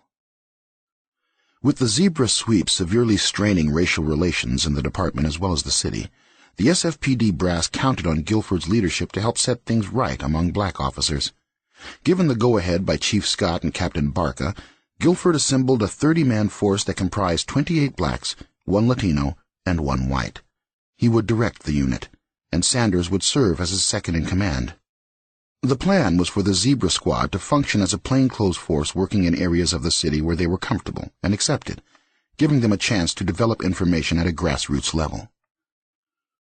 Most of the sources we use on a regular basis shut down on us because of the sweeps, Sanders explains. Gill thought if people on the streets saw that we were using tactics which tried to involve the community rather than just overwhelm it, our sources might open up to us again, giving us the kind of support that would lead to some solid information. The other tactic Guilford intended was to infiltrate the insular group behind the zebra attacks. Like Sanders, he understood that because of the racism in the department, black cops hadn't had either the numbers or the operational presence needed to get inside the kind of group they were dealing with, and his hope was that the Zebra Squad could remedy that, and maybe even create a major breakthrough. Among the blacks Guilford brought into the Zebra Squad was Billy Morrow, a narcotics officer who was one of the best the department ever had at undercover work. Morrow was a legend, Sanders recalls. He was in my academy class, but he had already been a sworn officer for years, working undercover, busting junkies before he even went to the academy. Then he went back undercover and was one of the few cops who successfully took on the drug trade and the hate, sometimes busting the same people he'd busted years earlier. Nobody was smoother at undercover work than Billy Morrow. Guilford wanted Morrow to run the undercover operations within the Zebra Squad, using some officers who were still relatively unknown in the black community, to attempt to penetrate the radical groups most likely behind Zebra, particularly the Nation of Islam. Guilford and Sanders, along with Carreras and Fortanos, still considered rogue members of the Nation among the best candidates to be the perpetrators. At the same time, Guilford hoped he would now have more credibility to pursue another avenue to gain insight into the Nation, securing the trust of the few black officers thought to be members. The one most commonly thought of as being involved in the Nation back then was Jesse Byrd, who was president of Officers for Justice at the time, says Sanders. But Jesse was never open to talking about the Nation, and we knew that as long as he wouldn't talk about his own involvement, everything else would be off limits too. Guilford didn't believe Byrd had knowledge of anything directly related to Zebra. He simply hoped his fellow officer would recognize the value of a minority-based investigative unit and allow himself to be persuaded to help the squad gain access to sources. Yet before he could make that appeal came the telephone call that changed everything. Not long afterward, Guilford learned that Byrd would almost certainly have rejected his overture. The phone rang in room 450 of the Hall of Justice at 4:30 in the afternoon of April 22nd. Since the sketches were published and the sweeps began, the offices of the Homicide Bureau had been at the center of a whirlwind. Everything about the case got funneled through there one way or another. The reports from the patrols taking part in the sweeps, the police copies of the Zebra cards, the preliminary work by Guilford's Zebra Squad, whatever leads might come from the Intelligence Bureau and their collaboration with both the state and federal justice departments, not to mention the ongoing efforts of the squad of inspectors and officers whose work was being coordinated by Carreras and Fortanos.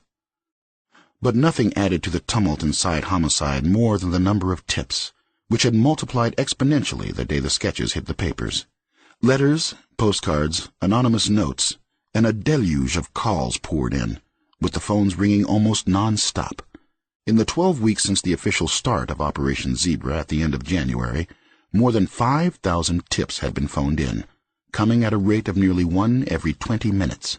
Almost without exception, they were all worthless. It got to the point where almost no one wanted to take the calls anymore. When this one came in, it was Ed Erdelet's turn to answer. Along with Earl Sanders, Edward Erdeletz Jr. was one of the two youngest inspectors in Homicide. Like Sanders, Erdeletz was considered a rising star in the department, someone who had made inspector in a remarkably short amount of time, and seemed to have a lot going for him in terms of both ability and potential. There, however, was where the similarities ended. Katherine Massey Book Club Context of White Supremacy. If you follow us on social media, the image that I used for the promotion of this week's installment of the Zebra Murders Katherine Massey Book Club, it's an image from the San Francisco Chronicle Examiner.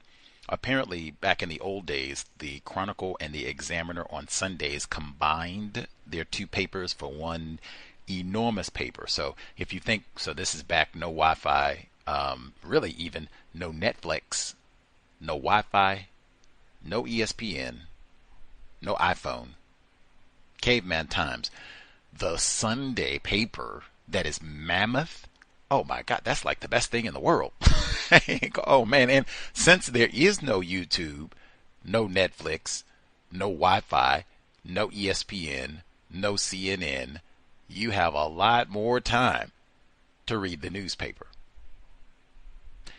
They combine their Sunday papers, and this is page 24. Controversial zebra shakedown continues. That's one article, and then directly next to it, adjacent, is Operation Zebra Constitutional. The image that they have for this, right in front of City Hall, San Francisco. This is the caption: Nazis led by Alan Vincent, third from the right, appeared at City Hall to back offer of aid in Operation Zebra Manhunt. They are in brown shirts. They have on white helmets. They have the Nazi flag flying high in the air. Can I give a shout out to Columbine? Give the date again. So this is April 21, 1974. Hitler's birthday is April 20. Waco and Columbine is April 19. Told you, it's a whole lot of things piled up on that week. In April, it just goes on and on and on. Boston Massacre and all the rest of it. Timothy McVeigh and blah, blah, blah, blah, blah. Anyway, but they're out on April 21, the day after Hitler's birthday. We will help you round up these Negro males in San Francisco and out in front of City Hall. This is when I'm so glad they have a censor on social media, old Mark Zuckerberg and them, where this sort of post, sometimes they'll take it down. They'll flag it and say, oh, you put up, Nazi paraphernalia, and we'll flag. They deleted a whole page of ours. We had thousands of likes and what have you and followers and all on one of our C.O.W.S pages. They deleted it when I posted that they were going to lynch the black mayor in Missouri, Mayor Lucas, because he was requesting that people wear masks. Take COVID seriously. Said, oh no, you can't be posting about no lynching, even though that's what they said. They were going to lynch him. I was so glad they allowed me, at least for a week, to post this image, because I mean, City Hall, San Francisco, this is not ancient history, 1974, and the day after Hitler's birthday, out publicly parading. We got your back. You need any help rounding up Negro males?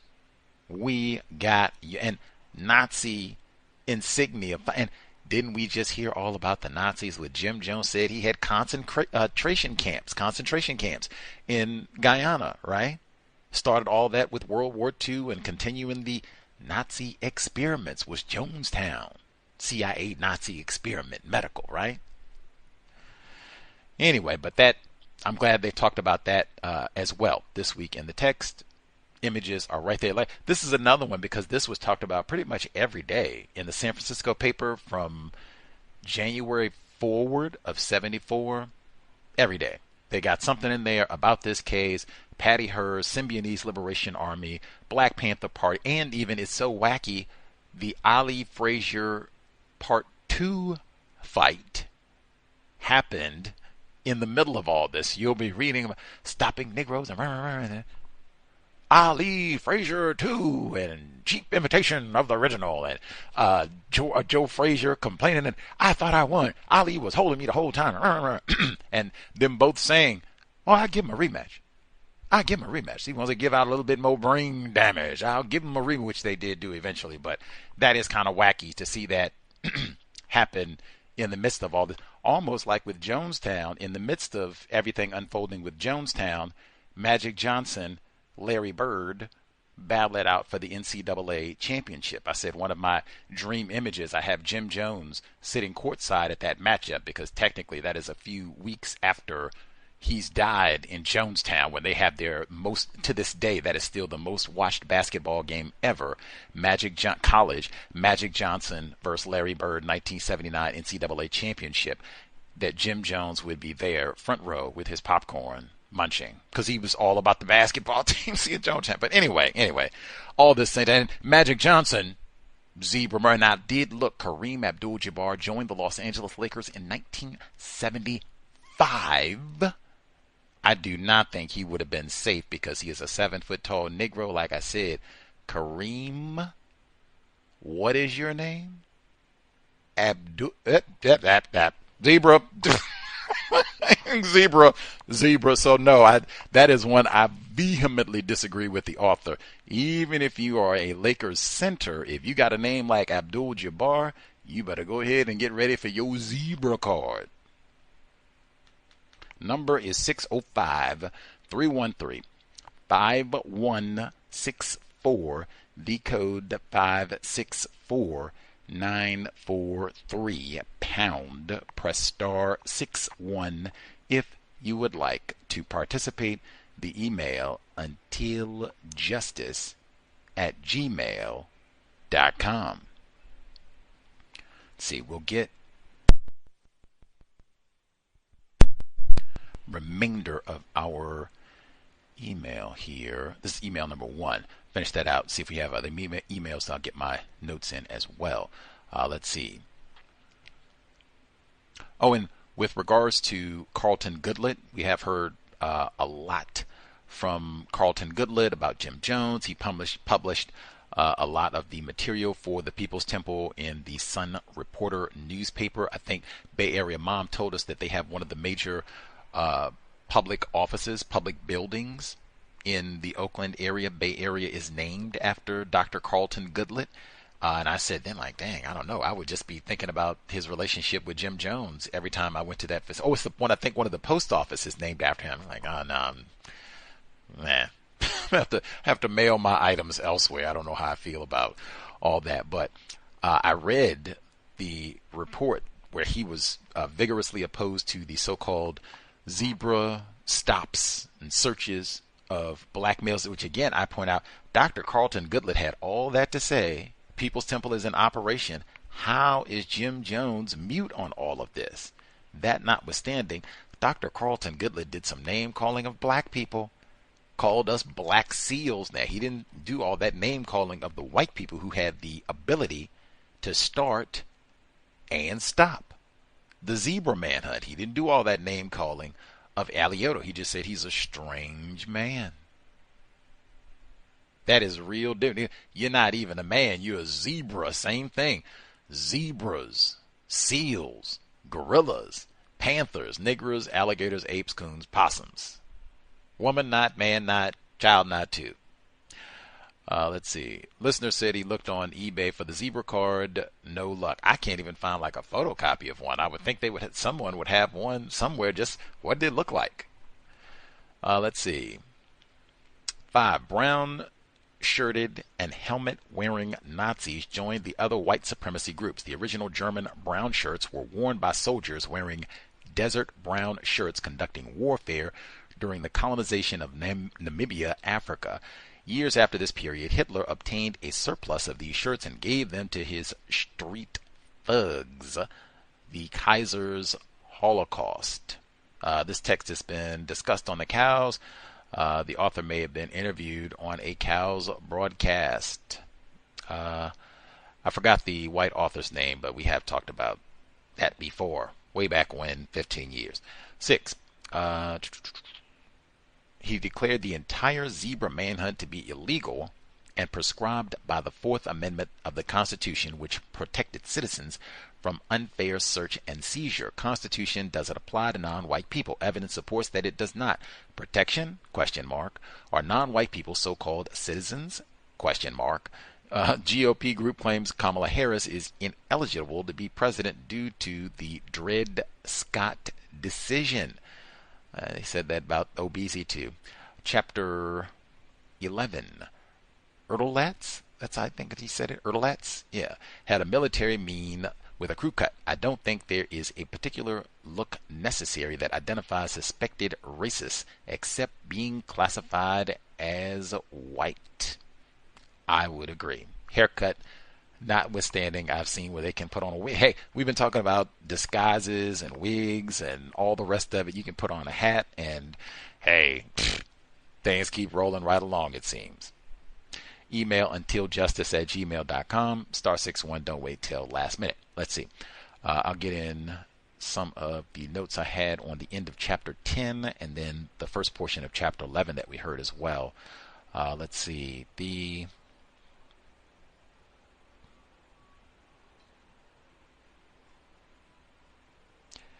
Let's see. So some of these are evolving into fights. They're stopping these black people. The NAACP files a suit. Bobby Seale it's in the Black Panther newspaper where they talk about these stops. Bobby Seale is on video by this point, color video, where he talks against these stops and saying, they're racist and just to mess over black people and to invalidate black people who are trying to do the work of addressing racism, white supremacy. That's why I always say it is such a deliberate act of racism to just say you are a militant, senseless, lunatic, angry black dude just hating white people and all the rest. When I've said that, hey, such a thing doesn't even exist. You don't even have black people who hate white people. Like, that is fantasy out of this world. Let's see. He says cops began to act like they had license to do anything. Instead of just stopping people and questioning them, they were spread eagling them against walls and busting them for anything. They found a joint, penknife that was too long, even unpaid traffic tickets. It got to the point where Gil and I had to get into it with some of the cops, telling them to back off for fear they'd start something they couldn't stop. That, I don't think, if you're classified as white, badge, or no, I don't think this was licensed. I think this is standard operating procedure, and in fact the record suggests because that's why the Black Panther Party started to begin with. That's in the 10-point program, messing police specifically with your nigger knockers and badges, messing over black people. We're going to go and do surveillance. When you go arrest someone, do it professionally with some so-called dignity and all the rest of it. That's exactly what they were saying. And that's even in the Kerner Commission reports, saying a lot of these racial kerfuffles and such during this period were after some nigger knocker incident, killed a black dude, shot a black dude, choked a black dude, whatever. And people got upset about it, saying this had happened a bunch of times. So that's not wow, what have you. And like I said, white people, particularly with a badge, that's what they've been doing forever. That's in sundown towns. Let's see. The stopping Joseph B. Williams, I don't think he was mentioned in the Great Warmth of Other Suns. They talked about he was a part of 2 great migrations of black people to the state of California. I don't think this character specifically was mentioned in that book, but I have to go back and double check. But they're saying how this is, dignified. They didn't say that Mr. Williams had his pants hanging off his behind, that he was high on reefer, that he was talking slang, that he was playing Too Short and E40 and Snoop Dogg and had on a Niggas with an Attitude t-shirt. They didn't say none of that. They didn't say none of that.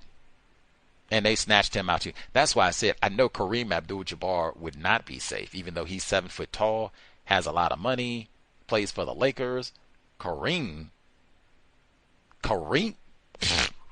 zebra.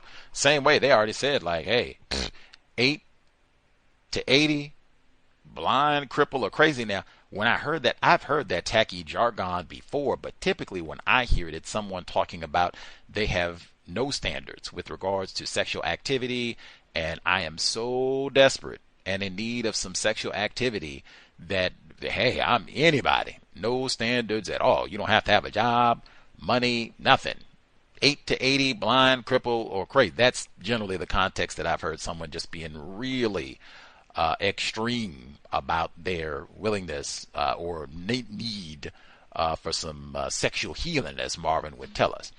I have not heard it used in the context of criminal activity where the suspect, our search is so wide, anybody in that parameter, hey, nab them. That's why I said I couldn't imagine having that sort of a dragnet when we get to these school shootings and you got the suspect is Reb and vodka. I could not imagine. We're going to go and snatch up every white teen, every white male teen from 16 to 20 who fits this description. What? Or when it's Timothy McVeigh time, we will go get every white dude, late or early 30s, late 20s, 6 feet, medium build, go snatch them up, see what they were up to and all. I could not imagine. Jeff Don, you can just go down the list. I cannot imagine. That would only be for black. It's so many times. I can imagine that because I've seen it. Charles Stewart in Boston where they say a black person didn't, they go and start smacking down all these black people, and you fit the description, you fit the description, and then find, oh dang, it wasn't even a black dude. It was the white husband who did. He didn't even have no Negro wig or nothing. Let's see.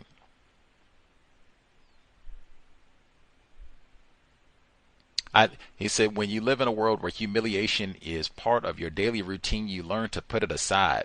Metaphor. I do not think that is the case at all. I think when you are mistreated and abused, terrorized on a daily basis, and you are helpless to do anything about it, I think it erodes your health and well-being, and that's how we end up having lots of mental health problems, physical. He said one of the officers with diabetes and died in his 90s. That's what it doesn't get so-called set aside. That has an extraordinarily destructive impact on your health and well-being. Being abused, humiliated, especially when you're helpless, not even anything you can do about it. And this just happens. This goes on and on and on and on. It is horrible for your health and well-being. Horrible. Let's see. John Henryism, as they say. Let's see. And I appreciate that he said in a world. It's not you live in California where this is the case. This is the whole world.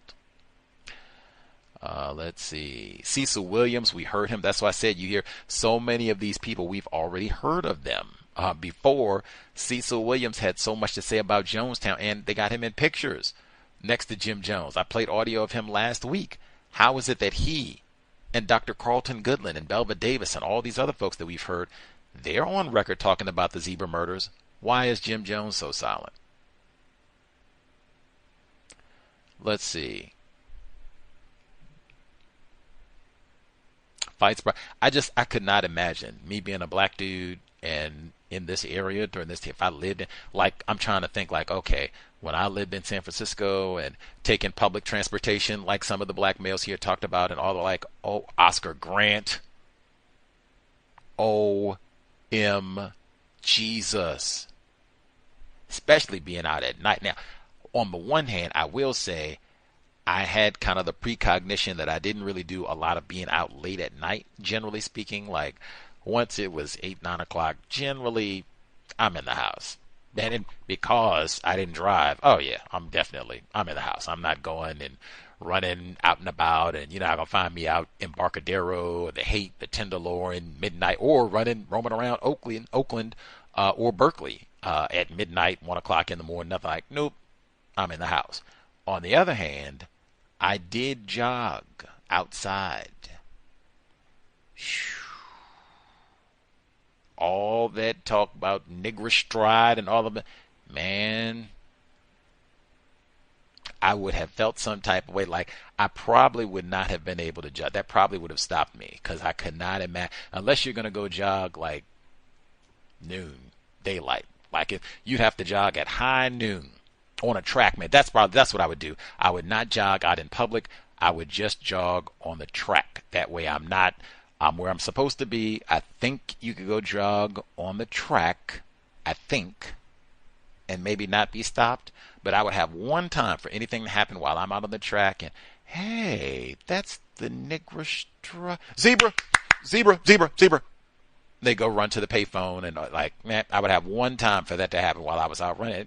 Not doing any more of that in the house. Even hearing that, where you hearing black males saying, gosh, we don't have that much money and struggling to get by, and, worthless niggers. So, I take public transportation, but woo, I got to be in the house, man. They catch me out here slipping. It's dark, and now I got 15 zebra cards, and whew, man, like, are you serious?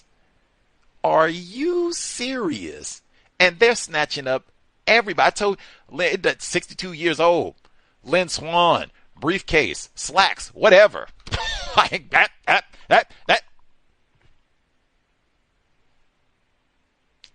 Jim Jones' offer of going to Guyana, it sounds more appealing with each page that we turn. Like, really? Guyana? They don't have no white people there? Really? I'm gonna be looking at my zebra cars, put a gun in my face last time. You say there's no white people in Guyana? They got police? You don't have, wow.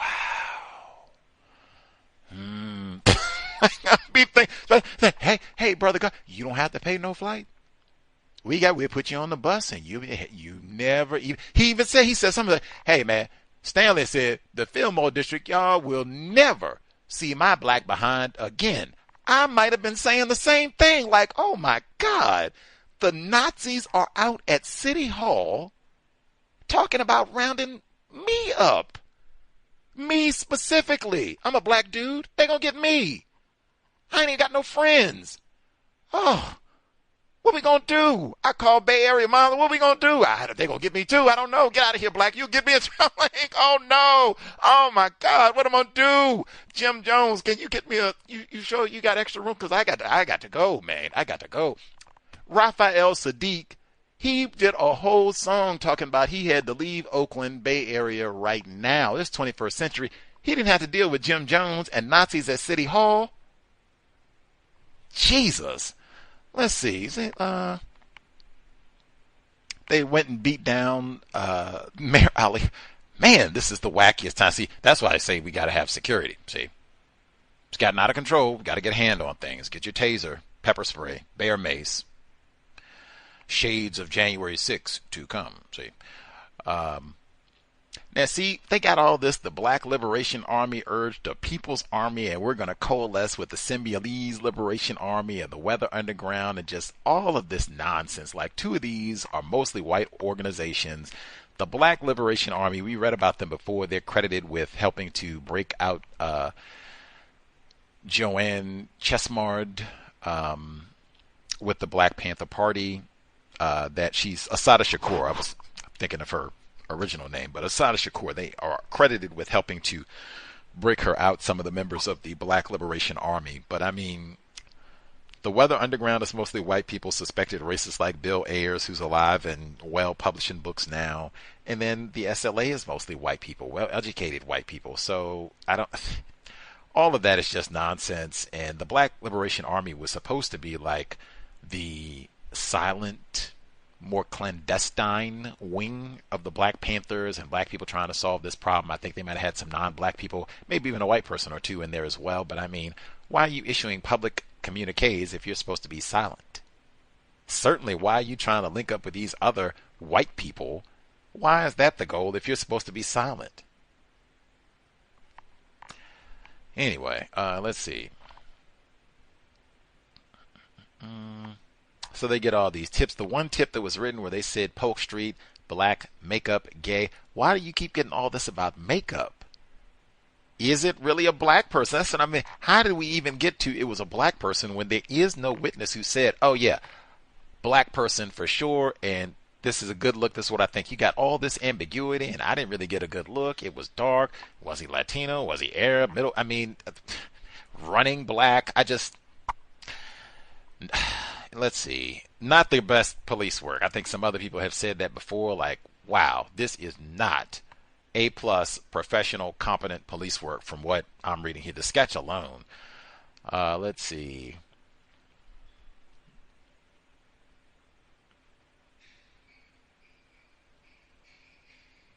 Bad policing. That's all of this. I just said that. All of this, in my view, represents really bad policing, which is what you get often in the system of white supremacy. That's why you have so many of these cases where you have black people who have been unjustly incarcerated for decades, sometimes even with the O.J. Simpson type of a thing, where we're just so intent on locking up this specific black person, Geronimo Pratt, that we don't even go about doing justice, where we let killers and things go. Sonia Massey case, she called about a prowler.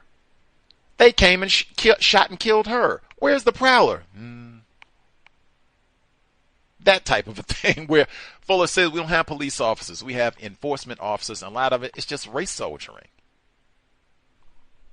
Lots of it. Even that's why they're ready to go and pick fights with Officer Sanders and such. Like, we're not. And I'm so glad we heard that this week. I think Victim in New Jersey had talked about the parallels between this case and the .22 caliber case, which we read a couple years ago. Joey 22. This week we heard all of the racism from the white officers where they're putting up all this graffiti and racist screed in the police department. That is exactly what we heard. .22 caliber. I sent it a couple of weeks ago. Didn't they put up the flyers? they put up when it was a white suspect. They weren't going around, just what I said, they didn't go around smack around every white dude. What are you doing? Do you like hunting? Where were your whereabouts? 8 to 80. If you're white match the set, get on in here. We got to talk to you right now. I don't care if you're a fan of O.J. Simpson, Buffalo Bills, right? No. But I don't care. Get on in here. We got a white Buffalo card for you. You're going to get this card. We're going to keep you in the system. Keep our eye on you too, buddy.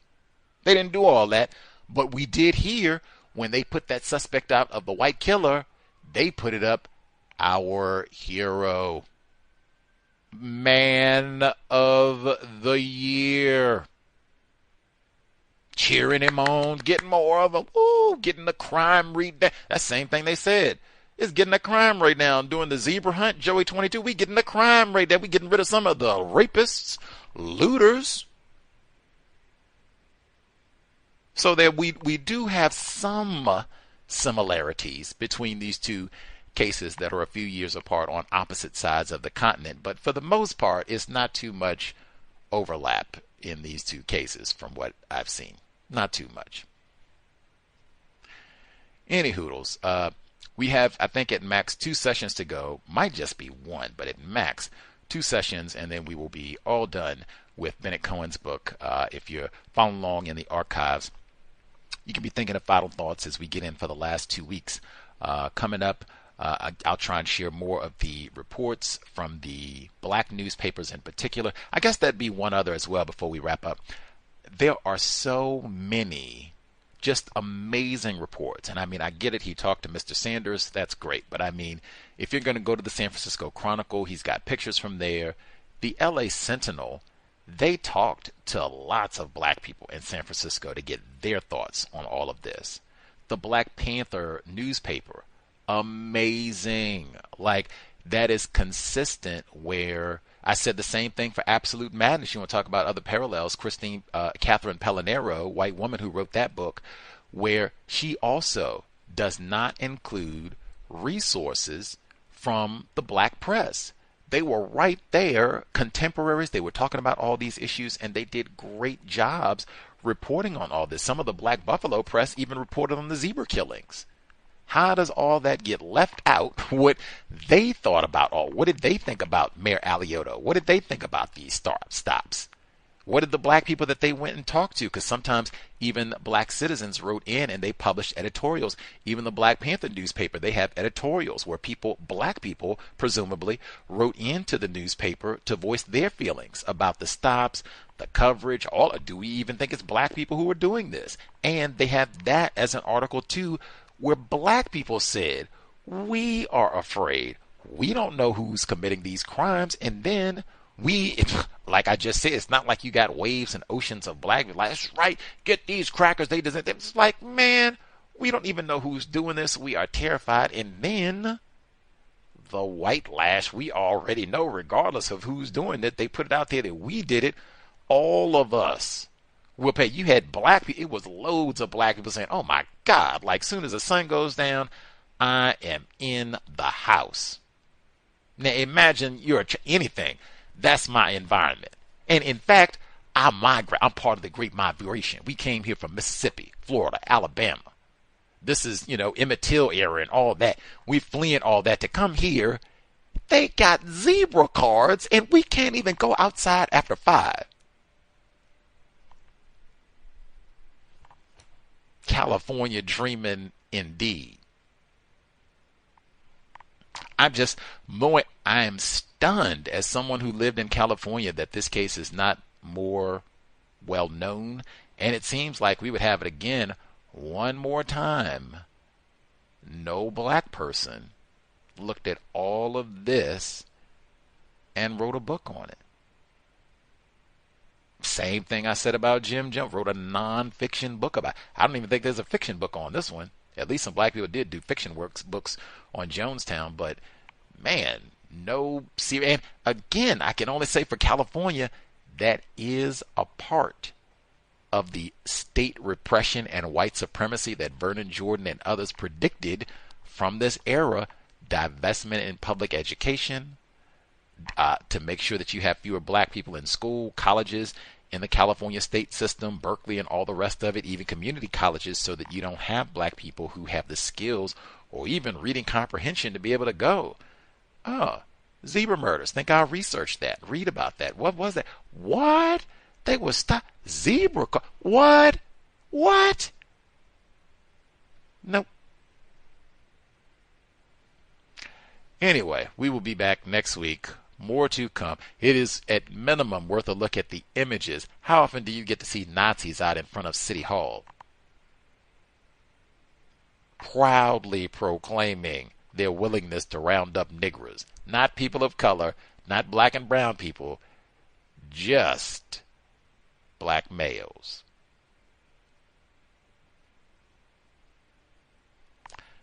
For that alone, worth the... That's another one like, oh my God, I would have loved it. Dr. Welsing, did you see this? Nazis out in City Hall, San Francisco is talking about, I mean, they got the swastika and everything. We will get the black male, round him up right now. Zebra, did you see? Oh my God. Classic. I can't say classic, but that is horrendous, because I would have had to tie all this together with Jim Jones to connect the dots. Black Panther Party to put all. That's why I said that's why Jim Jones ended up in this area to begin with. Black Panther Party and the all of the activity that was happening. That's such an important region. That's why Jim Jones moved in there. And then no coincidence, all this happens there. Symbionese Liberation Army and assassination of Dr. Foster and Patty Hearst, and then all of this and the CIA drug dens, all of that happening in the same area, where you also now coincidentally have no black people practically. Not happenstance, folks. Not at all. Anywho, we'll be back next week. Tomorrow for neutralizing workplace racism, even though we heard a lot of that today. And then next week, I think we might have 2 sessions left. Seems how much we get through next week. We'll have to see. Let us know about the narrator. You have any other thoughts? If you even think it's possible. Does it sound like I'm making this up? Jim Jones, I think he had something to do with all this. Does it seem lucid? Let us know. Much obliged for those who tuned in. Hopefully worthy of your Thursday evening. Let us see. Sobriety would be best under conditions of white supremacy, racism. Jim Jones, Swango, trying to poison us every step of the way. We need high-functioning brain computers. See if we can navigate through all of the deception and danger of the global system of white supremacy, racism. No drinking, more thinking. Creator, we ask that you help us remain patient with other black people, victims of white supremacy. We ask that you help us remain patient with ourselves. Remind us to demonstrate the highest levels of black self-respect at all times, in all places, each and every time we are in contact with another black person. It has been time. Replace white supremacy with justice immediately. No name calling, no gossiping, no throwaway offspring. Cow signing out. Thanks all for tuning in. Nigga, you so brainwashed. I'm a victim, brother. No problem. You're a victim.